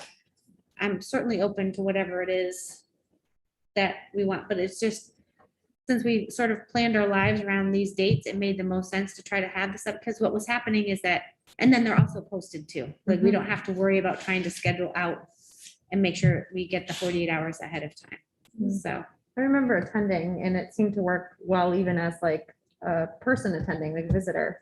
You could decide where you wanted to go or, just have a small break or whatever it was. And Right. it worked well either way. Okay. So am I getting the vibe that we want to continue with that sort of trajectory then? I'm fine with that. I would say the only thing is just like, if we're gonna have obviously people, do a breakout groups in each of those subcommittees. I don't know what that means. Well, what I was gonna ask is, Yeah. I know that, like, when we did some of the MASC training and different things online, they popped up on, group number 1, this is your breakout room, and it was just presented on the screen. It was just a Zoom. It wasn't you didn't have to go break from the link or anything. Mine popped up. It was like 3 different rooms and I had to choose whichever room I was assigned to. So we can do that, or we can put it up and poll the people that are participating, which room they want to do and assign them that way. We don't normally get a ton of, That would require more cameras though, wouldn't it? If it's it'll be easier if it's full remote, to be perfectly honest with you. If you want to do subcommittees, I suggest doing full remote instead of doing all this. It's being a little more complicated. Could one of us In person. just Zoom on Correct. our, because we're gonna be in separate rooms? Right, so if we do a separate room, we can just, can't we just use like a device? We And could then do they that. just have a link or something That's for, gotta be on the same Zoom. So we would just have to each log into this current Zoom. I guess my thought is that it doesn't, to just, not that it's easier, because it might not be easier, but it would probably be easier logistically if it's a separate link for each subcommittee, Yes. just so that they're not getting confused with waiting for a link to pop up to join a room or something like that on different devices. Yeah, but you can send it to, or we just log into this meeting, because then we'd all have to be Would, hosts. could you So- make, you could make multiple people co-hosts. I could. Right, so absolutely. if Jill's subcommittee was in breakout room 1, she could be a co-host, and Jen could be a co-host in breakout room 2. Correct, absolutely. That can be done and they can be named. I do, like I said, it is gonna be a lot easier and a lot more logistical if it's full remote. This is how I view it, how I look at it. Why is it necessarily easier if it's remote? I'm not understanding that piece. I'm sorry. So if we're all remote and then, because we're already on, So, I usually, what do you use, like one computer, one device? Well, I'm just Or- saying, like, I could be in any room in this building, sign on to the Zoom, and I could be having my calendar meeting with you, and I'm signed on, and then whoever wants to join What the I calendar committee would, you know what I mean? She would be able to let them in. think I'm hearing from Alex, maybe, back to the scenario where Jill is co-host of breakout room 1. There's no microphone wherever we go, so other people in that committee, it's gonna be harder to hear them and things like that, right? Unless we're passing a computer. And then on the other hand, if people do show up in person, like if we were doing this model of both, then we're kind of limiting potentially either way. I think it's tricky. Yeah, I don't think we're gonna make everybody happy, which I understand. I do see your, I also wonder, like, instead of doing what we used to do we potentially close the business meeting? Run the subcommittee meetings, post them like at the same time we're posting that meeting? that's, yeah, because I remember we used to have it on camera, and then we would turn the camera off, break out into our groups, and then come back and Right, open the meeting back up or continue the meeting. right. We never closed the meeting. I have an idea. I have an idea, if you don't mind me interrupting. No, please. What we could do, we could set up a computer in one room with, just one computer with one room, with webcam on, and let you guys, let out a couple or few, meetings. Why don't we try it for September 21st? Let's, if it's a debacle, then we'll be able to, when we come back on the 21st, after we break out for half an hour, we'll know then, and then we can adjust how we plan to do it for October and going forward. I will say, probably one, we'll probably have to do it as a regular Zoom meeting, so Zoom webinar. Because for everyone on webinar, and I will have to record it set stream, just to keep the logistics a little more simpler. Okay, We're gonna do like this. so why don't we try this? We, Alex, you and I and Stephen will email to try to sort out the logistics. On the 7th, we'll sort of talk about what we've come up with as our plan. And then this way we'll know in plenty of time on the 7th if the 21st will be able to be a subcommittee meeting. The other thought I just had is we could potentially just go through the months and have one meeting is going to be the calendar committee. So there's just, the people on that can go into that for half an hour so that there's just one breakout room, and then we can do the next, around and around. I actually like that idea, but obviously budget and finance is gonna be a little. Mhm. Usually like to meet monthly. I think it's a good idea. So we've been Try to doing, limit some of that. right, we've been doing budget and finance separately. Yep. So we could continue to do that, just make sure that we post it. Mhm. Post it and then host it on a Zoom or, which is what we've been doing. And then we only would have the calendar and communication budget, calendar and communication meetings that we could go back and forth for the workshops. Well, and also when calendar first came up, there was nothing to say it had to be a committee, a subcommittee, excuse me. It could have been all of us too and tackle it any way we wanted to.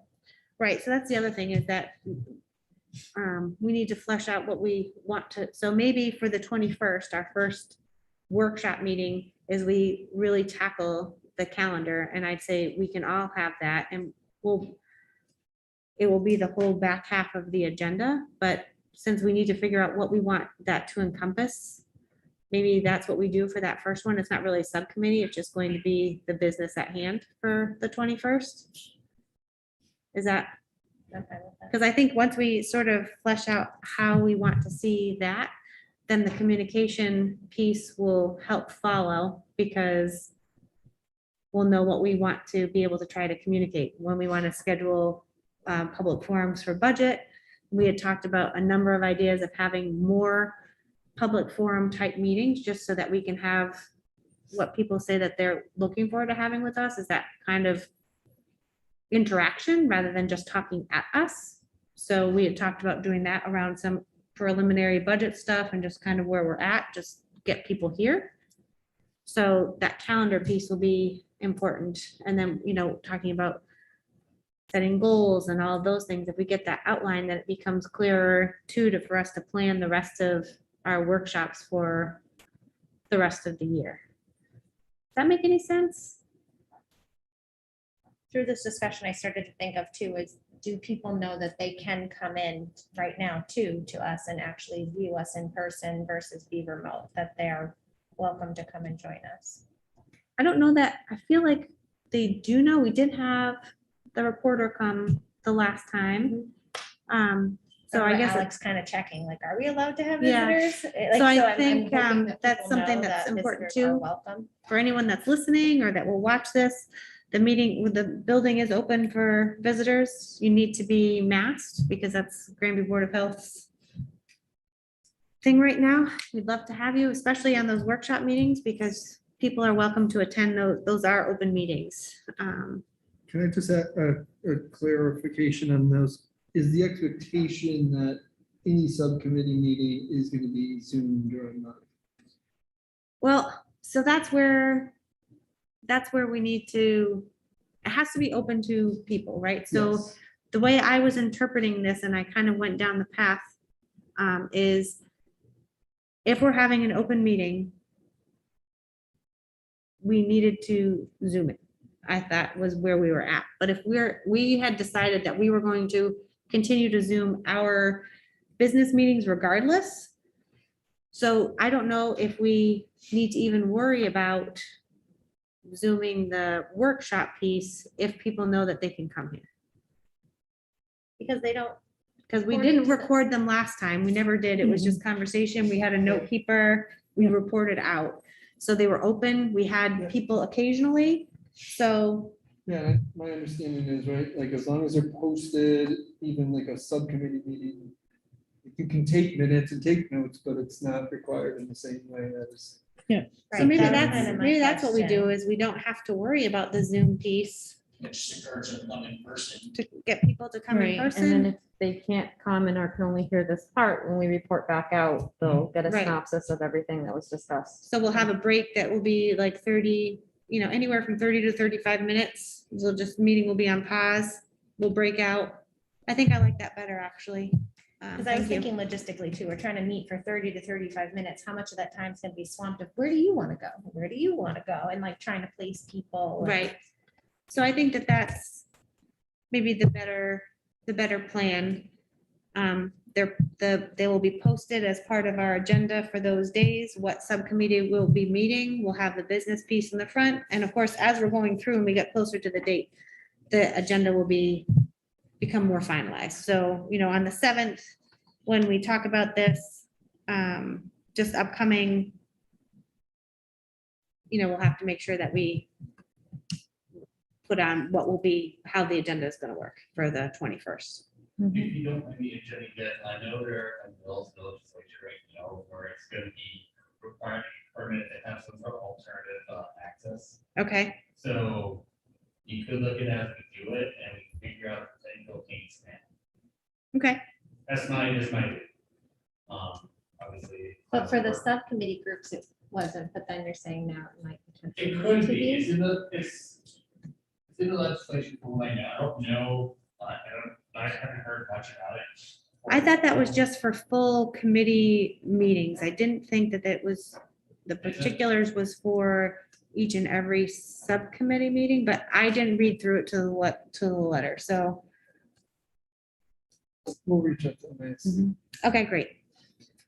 So more to come. So at this point, I'm feeling like the 21st, we're going, regardless of how we end up, the 21st, our first workshop is going to be the full committee talking about the calendar to try to get the parameters around it.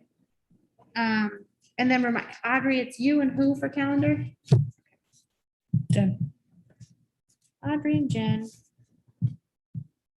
Budget is Jen squared. And then who's on communication? Me and who? Oh, is it Stephanie and Jill? It was Stephanie. Did you get on that one, Audrey, or is that me? I'm on policy and calendar. I'm on policy and CES. I'm on finance and calendar. Okay, so it is me. That's what I thought, but I was like, that doesn't sound right.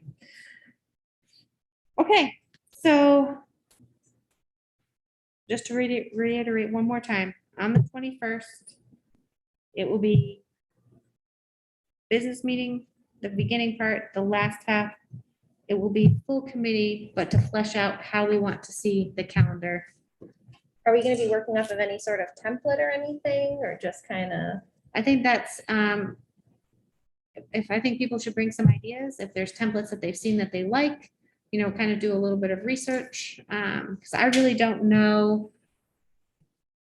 I've never seen a full calendar. We've just, honestly, like Emery and Cheryl would bring forward how they wanted the stuff to go. And last year our calendar, whatever we would have had got thrown out the window anyway, so, and Adam would bring forward all the budget dates as we needed, but those, Yeah, on that calendar, I make up on the budget, right, the budget deadline, I know why I incorporate. Like, when we missed, back into a lot of our dates. and, I did hear from Glenn, he wasn't able to make it tonight, but, getting the dates from him of when, select board is, discussing things, or when, when they want us to get stuff to Chris or whatever, I think, we can kind of build that in for budget, but then in general, like, make sure that we have all the other things in there, the date that the chair needs to sign the diplomas by, it just, like, all the little intricacies of Yeah, I things. think about like teachers receiving PTS, like typically that would be in September or sometime because they received it last year. So I also asked Jackie to like work on drafting some of those things from the past, what might have been in a September meeting, what might have been, so there's some reference That'd points. be great. Obviously, she's not gonna go back years and Yeah. years, but. And then the one thing just that I a wanna- general idea from those agendas. Make sure it gets put on the calendar for this year, because it couldn't happen last year, but Cheryl was excellent about welcoming students and families for awards. Like, we had a really nice award ceremony for the John and Abigail Adams scholarship winners. I think we had some of the athletes, like Nora was here for something because she won some award, and I think it was Nora, maybe Frappier, Julia Frappier. Just, and then we had we asked someone, the Boy Scout that did his award for picnic tables and just kind of some of that recognition that if there's things that happen on the academic calendar and that type of thing, would be nice to kind of carry over and have that connection with the community in that way, recognizing And them. I think that goes back to my point before, how do we show the value of the schools, right? Like, Mhm. everybody in the community may drive by these buildings 5-10 times a week, but may not always know what's going on inside. So how do we get that out there? Something I talked about to new teachers today and mentors today, just to say, like, if you're doing something great in your classroom or your neighbor's doing something great in their classroom, let us know, and like, we can get them on a school committee meeting, or we Right, can we- ask Alex to come for GCAM to do like an interview, like just a spotlight on those things. Yeah, like the Yeah. teacher award, we had a Grinspoon winner and just, some of those things just to acknowledge. Of course, last year was completely different and it's not that we didn't think of it, it's just our hands were tied last year, but I think that was one of the things that I think people appreciated is sort of the recognition, not just from the district, but from, a different lens on it. And I think it's a nice spotlight in a way to do that. So we can kind of feather some of those dates in, we know that scholarship winners are announced on such and such a date. So by this time we could be able to have them come in or things like that, if we have an Eagle Scout in town or, whatever, some of those things just to try to make the connection. I think that would be great. So I think we made a real mess of that, but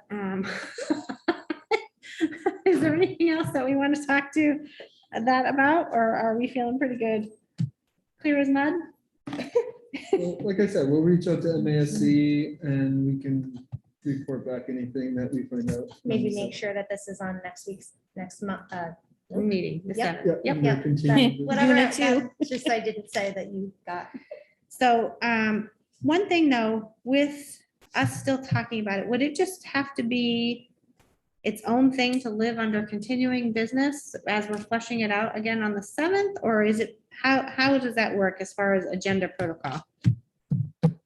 For, like, because we're gonna Does it talk have about to it be again at the under- next time to make sure where we're at.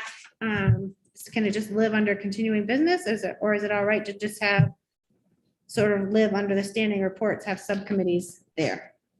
She just talked about this when we say we're putting it off to next week because we didn't finish rehashing it. And I think she said continuing Yeah, I business, think you right? can go to continuing business. I don't know, right? Like, when Right. you say live there, do you mean Just so like, right, just for like the next? the next couple Until we're meetings, just to squared make away. sure that Yeah, we're out there. Yeah, I think it can It's go just there a until we have renter. it fleshed It's out. not homeowners, just renting in continuing business. Yeah, I think. For that a makes small sense. amount of time. Your analogies kill me. Okay. Is there anything else? Let's just end this. Oh my God, shut up, Jen. All right, standing reports. Superintendent's report. So excited that we welcome new teachers today. We had our first day of our new teacher orientation.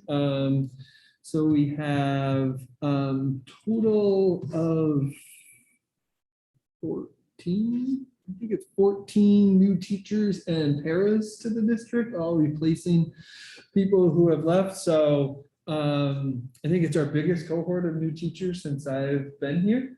But it was great to meet them this morning. The leadership team met with them first thing. And then we have them scheduled basically throughout the day today. They met their mentors, got some training on how to access Teach Point plus portals and all that information that, like I said to them, like, I know we threw a lot at them today and we're gonna throw a lot at them tomorrow, but we have a good team. They have good mentors that they can always reach out to. So it was great to see them. All teachers return on Thursday, and I keep saying it's a really delicate balance for those of us who have been in schools forever, right? That we're balancing like the excitement of kicking off a new school year with the despair of summer being over. And like, I hold off my email to welcome everyone back as long as I can. It got sent out last Friday. But you can probably tell that I'm excited about it. Convocation is here at the East Meadow Gym. We'll start at 8 a.m. You are all welcome if you can make it. Yeah, we have like little snacks and goodies for them for the mornings and things like that. So, you know, and then when all the teachers are back, you know, we have a pretty packed agenda, but I think we're also pretty thoughtful about making sure that they have some time in their classroom to get set up and things like that. It's a lot to fit into 2 days, but looking forward to seeing everyone back. And again, a reminder that students in grades 1 through 12 return next Monday, August 30th. Pre-K and kindergarten start Tuesday, September 7th. And just a reminder to everybody that there is no school on Friday, September 3rd and Monday, September 6th. So don't send your kid out to the bus because there won't be one coming back. So that's like an anomaly in the schedule. And I know some other districts have it, but not all districts. So, I mean, the Monday everyone has, but that Friday, September 3rd is a day off in our calendar. So. You said right into one of my questions. Any update on the bus schedule? Bus schedules, I think got sent back to the schools today is what I heard in the back and forth. So they should be available. They should be. They should be. They were being sent back today. I had an email from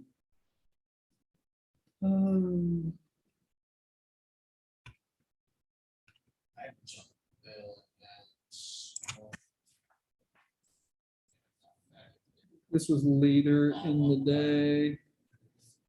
I just know that there started to be some questions out there, so I figured use this as our opportunity to Yeah. mention. So there'll be posts. So yeah, on we the sent out our website. information a little while back, and the message we got today, they were waiting for something from Children First. And they would get the file back to us today. And then at the high school, they had reached out this morning and were told that it was being sent over. But when they are ready, we'll post them on the website, like in the digital backpack. Yep. Okay, perfect. Yeah, I think we've identified some potential efficiencies in this process down the road as well. It's just hopefully the bus company can work with us. I think for adding middlemen when there probably don't need to be. So something to look at down the road. But yeah, fair We're question. using it as a PSA time. Yes, of course. Our contacts retiring, I think, in September, Okay. October, so it's first transitioning, so it might be just a great time for us to kind of. Thank you. Sorry. Continue. No, sorry. that was all that I I'm smiling had. at you. I can't I tell. had something about the COVID testing, but we already talked about that. So I don't have anything else for tonight. I don't know. I guess I'll wait and see what Adam says. You're up, Adam. You sure you don't want to? You're good? Yeah, I'm good. Okay. I'll ask you. It's good. I only got a couple things, so I'll go quick so we can get to you. This is a little busy time for me because we're kind of getting in the groove and starting off FY22. At the same time, we're closing out FY21, and that report, the end of year financial report for FY21 is due on October 1st, which is interesting because that's the date that it's due every year. And with so many moving parts the last year, like grant wise and finance wise, for them not to change that date around is a little, it's a little interesting, but anyway, it's due October 1st. So that's really my main objective over the next couple of weeks is to get that report completed and filed. We're working on the RFP for the kitchen at the high school. Steve, myself, and John Sullivan met last week. We have the RFP that we got for the roof, and we're going to use that kind of as a template because it essentially has all the information that we already need in there, you know, general information. So instead of us trying to recreate something, we're going to use that. So we're working on that. I believe we're meeting Friday to review that draft RFP. Can I be the one to ask you to RFP? I'm sorry, what? RFP, It's a request for a proposal, thank you. or there, I mean, there's multiple acronyms for it, but I've it's heard RFP, proposal and price. RFQ, RFB, which is request for bid, but they're all That's acronyms. So request for you. proposal. So that's essentially is what we're doing now is going through and detailing exactly what we want done with that kitchen, along with identifying, like, do we need an architect? Do we need an electrical engineer? Do we need, we have to go in and be very, very specific, because when this proposal goes out, that's what we're gonna generate in vendors. So we gotta be very, very specific. So we're working on that, and we'll have a draft by Friday. We'll meet on it, and then we'll go from there. So actually, just with that, going through, knowing what it is, we have something from somebody, we have the report from the engineering place or whatever that specifically told us what areas needed to be updated, and then we're going through, because originally it was something about the return for makeup air, and then we went in, and I'm probably gonna say it wrong, so was there something found? Like, I want to. So what I'm gonna tell you, or everybody, is that what this process does, we're kind of going backwards now, because we had, like you mentioned, we had some of those individuals on site to help us start identifying these things. And as we started talking and realized it's a much bigger project than we thought, per Mass General Law, once you get the dollar thresholds, there's a certain process that we need to follow, which is now we have to go back and follow that process. So when we put out the RFP, the RFQ, it's going to outline, the first part of that is what's called designer services. So we're going to have now these people officially come in.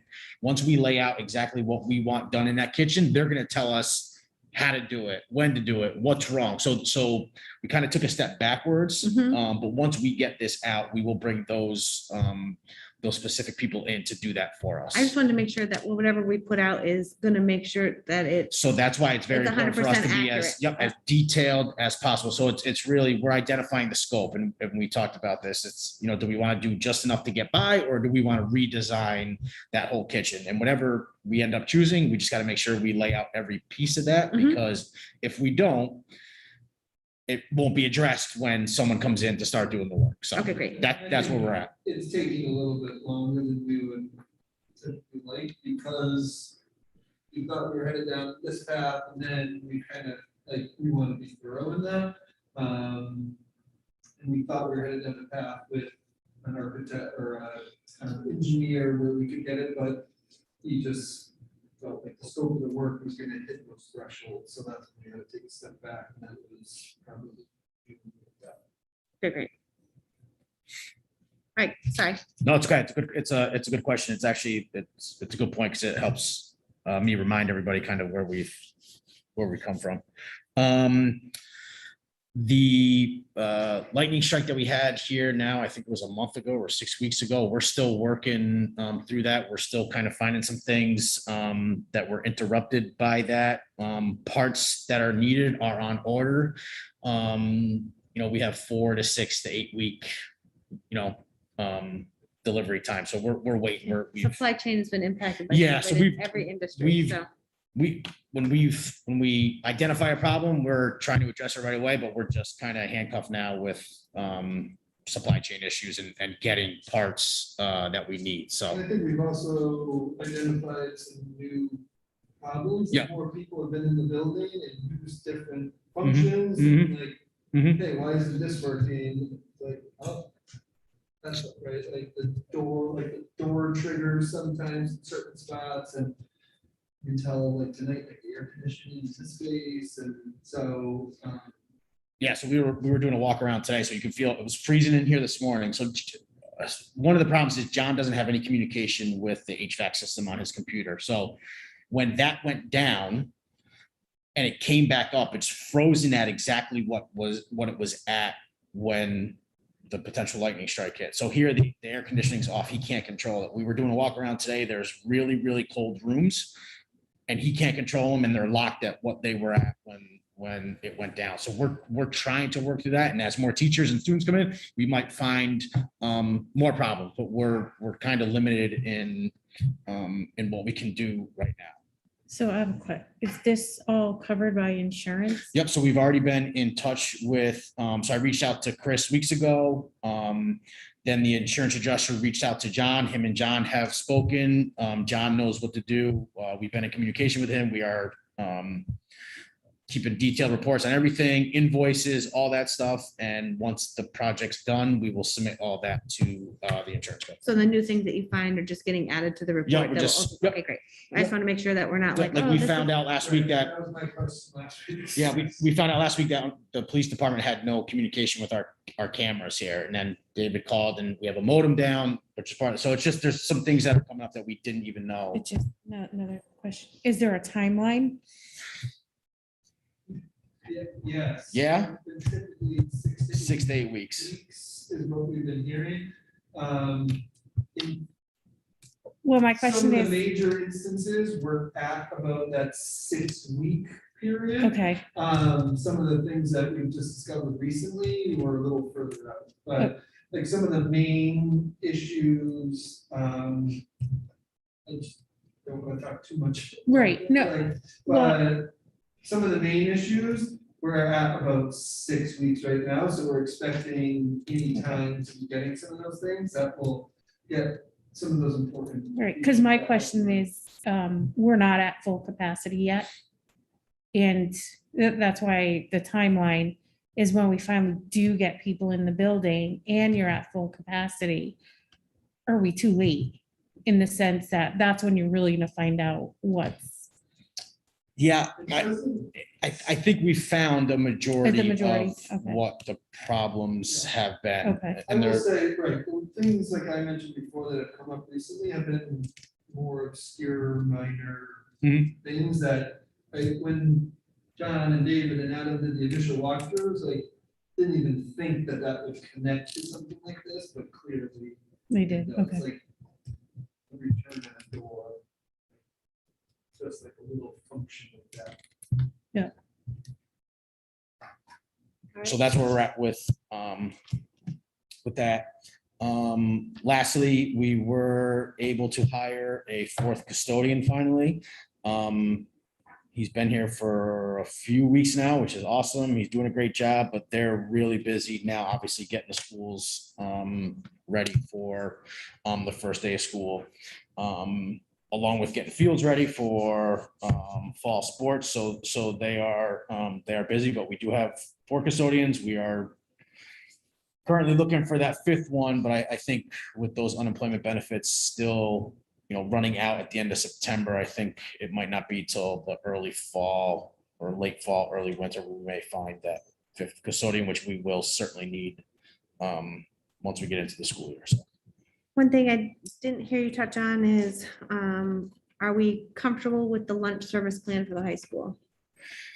We are, I know we've identified a place where they're gonna serve out of, and we've had a few meetings with Ken from Chartwell's, Ally, Todd.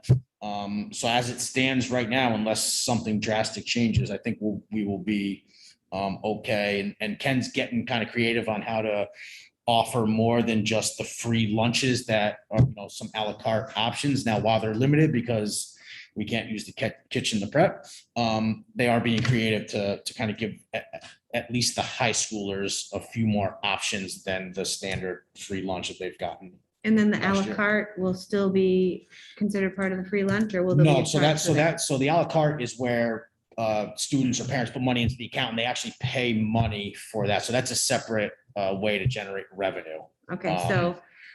Which just as- which will really be important this year because we won't be doing the volume of free meals because we can't hand out for weekends or holidays Oh, we this can't? year. We can't. No. So the only thing that was extended for that waiver is the free actual lunches, lu- but Breakfast and lunch? breakfast and lunch, Okay. but we can't hand out weekends and we can't hand out holidays. And that's where we got, we were handing out multiple meals on Friday for the weekends and holidays. So that's why I kept saying this year was a really good year because we were really taking advantage of that. We'll we'll see a slight decrease in that volume, and Ken's hoping to make it up with some à la carte options at the high school. Excellent.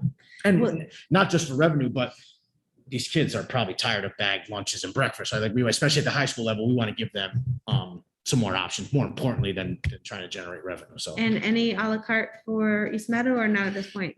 I believe so, but I at least the conversations I've had with Ken, it's really more focused at the high school Mhm. level where the kids obviously want more choices. Sure. But I don't see a reason why we wouldn't be able to do something here at East Meadow. Excellent.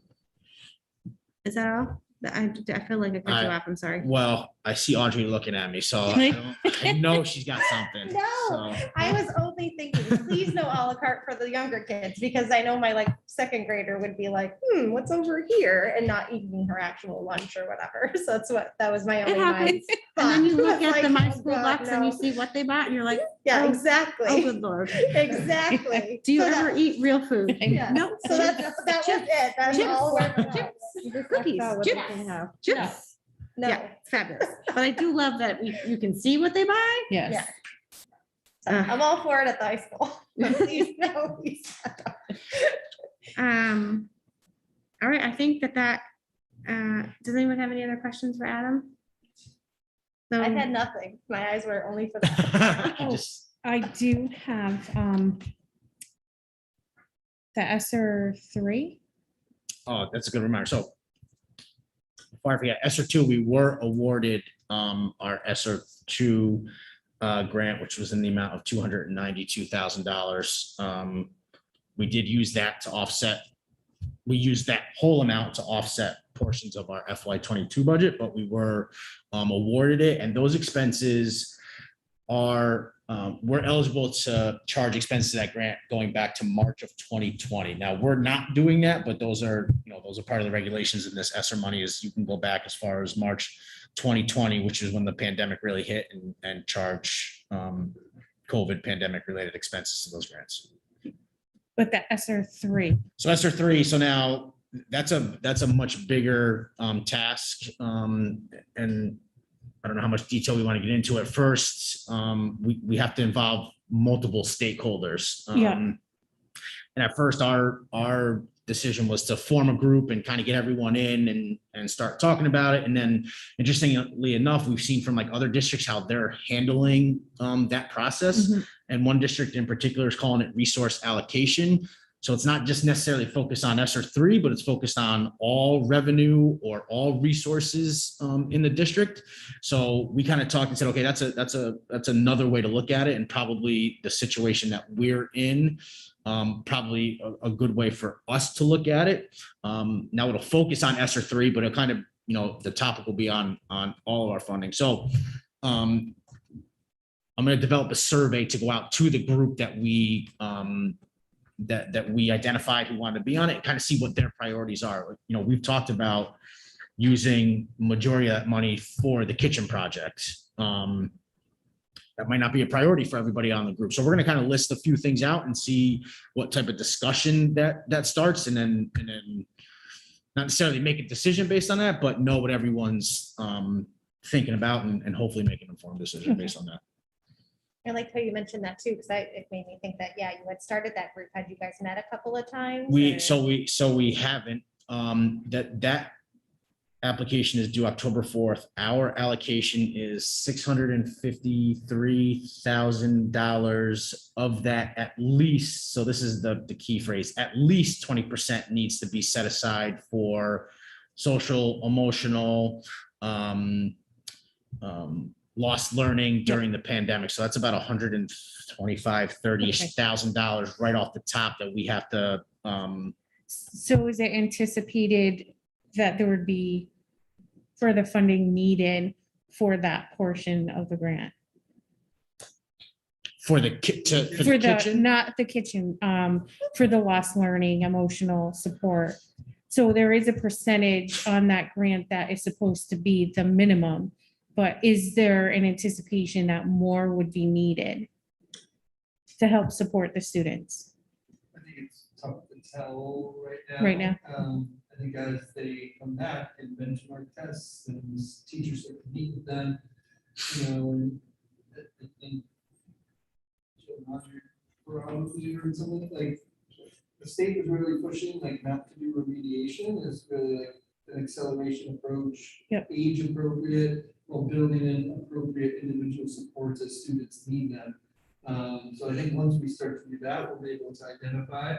But you know, I think some of the interventions that we've set up in the past few years, Ally running the academy starting in August for 10 weeks for learning loss. She's got 10 or 11 kids that are attending that, after school tutoring, things like that. So I think we have some things in place that we can steer students to as well that,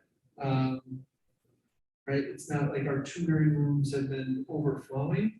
We've had students going, but I think there's opportunity to use that for some of that too. So I think it's tough to say at this point, are we gonna need more than the 130 or Yep. so thousand at this point? But I think that also becomes part of the conversation that Adam's talking about with community stakeholders. And we technically wouldn't know that until at least September.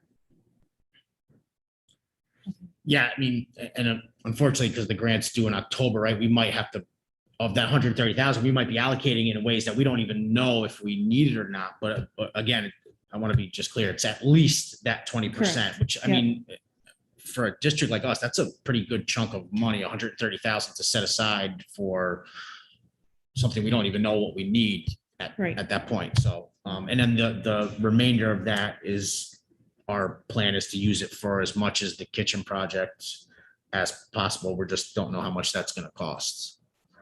So that's our plan right now. And obviously that can certainly change, but that's what we plan on doing. The only thing with planning like that, with programming and things like that for students, is that when you're talking about, you know, making it equitable for everybody and you're wrapping in staffing, transportation, managing student needs and all of that, that adds up so quickly that, you know, whether it's after school tutoring or anything through the summer, that's certainly going to eat into any budget very quickly. Yeah, that's a good point. Again, So- it might be, we might have to set aside more than $130,000 for that, which then obviously would reduce the amount that we plan on, you know, helping with the kitchen project. So, yeah, it's a tough situation. Yeah.